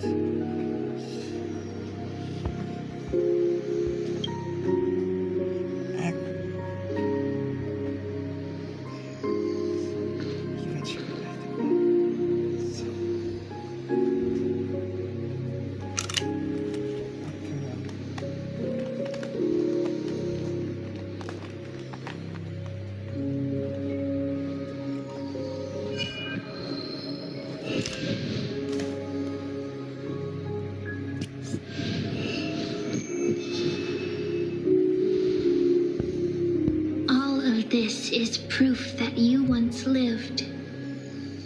Your soul, your memories, the years you've journeyed through, and the path they revealed, leading you back home. So, continue onward,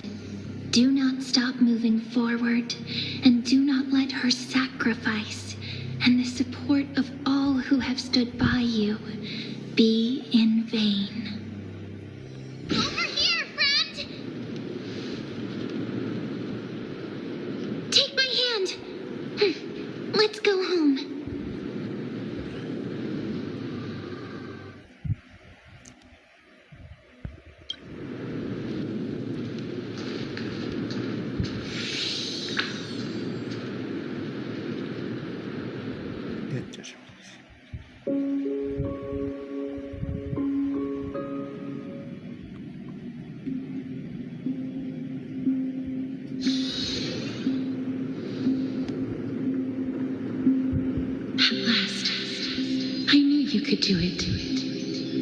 Your soul is still perfectly whole, as if some kind of force is trying its best to keep it together. Is it Ornyx's final blessing? Or is it a miracle of your own?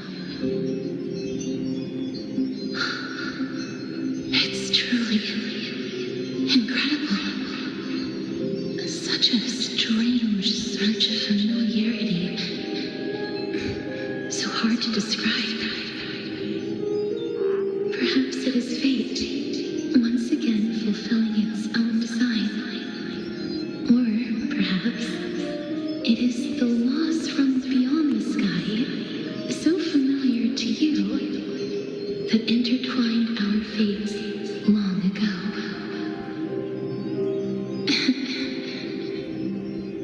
It seems that this is the riddle which cannot be solved anytime soon.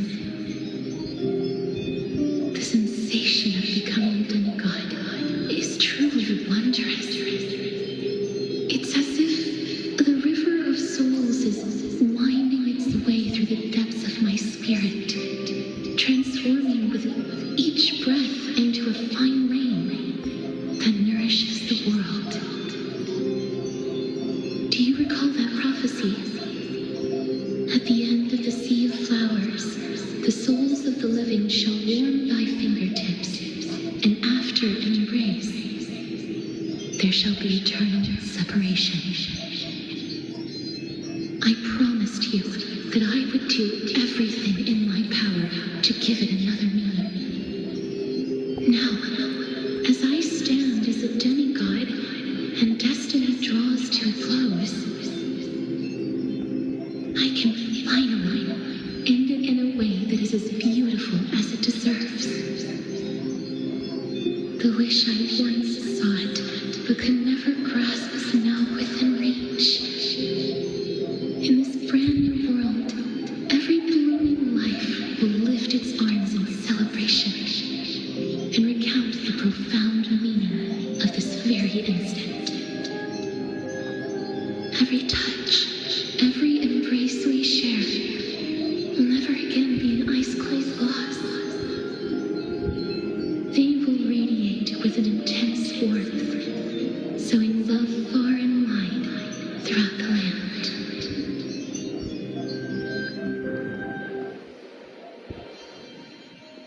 The other shore is very cold.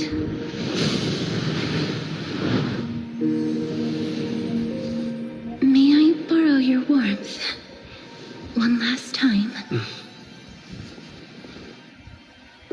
Thank you for fulfilling this wish of mine. The place I'll be going to is what humans call the Land of Sorrows. But with this heartbeat and the residual heat of this embrace, I shall turn the nether realm into a gentle place of rest.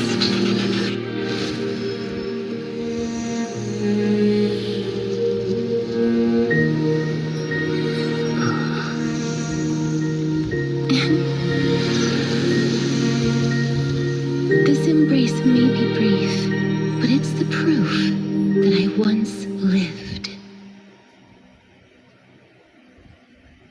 Farewell, then.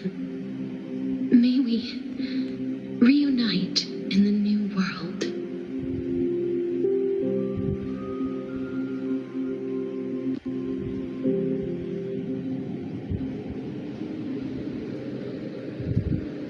That grand and absurd performance was what you've been seeking your whole life?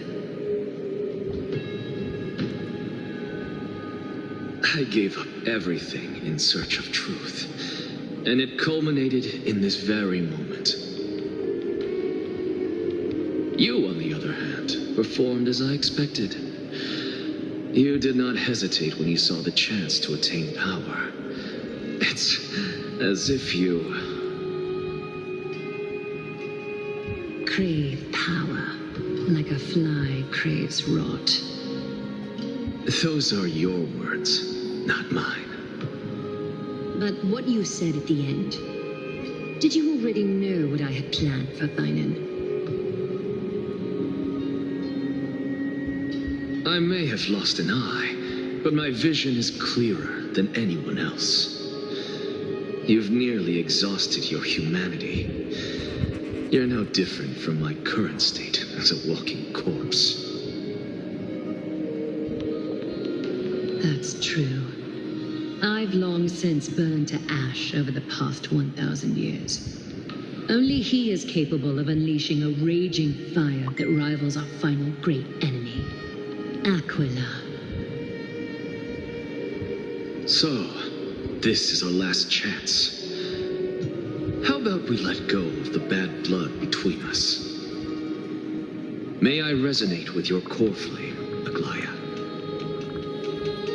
Please do. That's impossible. To persist with your soul thinned to such an extent. You're insane. Just as you fight to lug your corpse onward to complete your unfinished goals, I have my own reasons for doing this. Until Thainan grows into his position as the prophesied leader, I must continue to lead everyone on the flame chase journey. I must keep inching forward, even if only as an empty shell. I've long predicted this was the case, but I didn't think you'd already lost so much. How ironic. We would have avoided so many misunderstandings if you and I had just spoken this candidly before. But casting aside our ideological differences, there is one thing you and I agree on. Thainan. Yes. He was born to be a hero. He understands the hearts of the people, and I can confidently say he is a far better leader than you. Only he is capable of fulfilling your mission. Sadly, he is a man cursed by Nestia. But by my estimates, his horribly elaborate sense of style should not impede Aranova. Congratulations are in order. We found common ground at the very end of our destined paths. When you put it that way, it makes me want to take back what I said. Aglaya, we're back. Come welcome our great hero reborn from the ashes. I hope he didn't hear your earlier assessment. It wouldn't be the first time I criticized him. A man should be aware of his own shortcomings.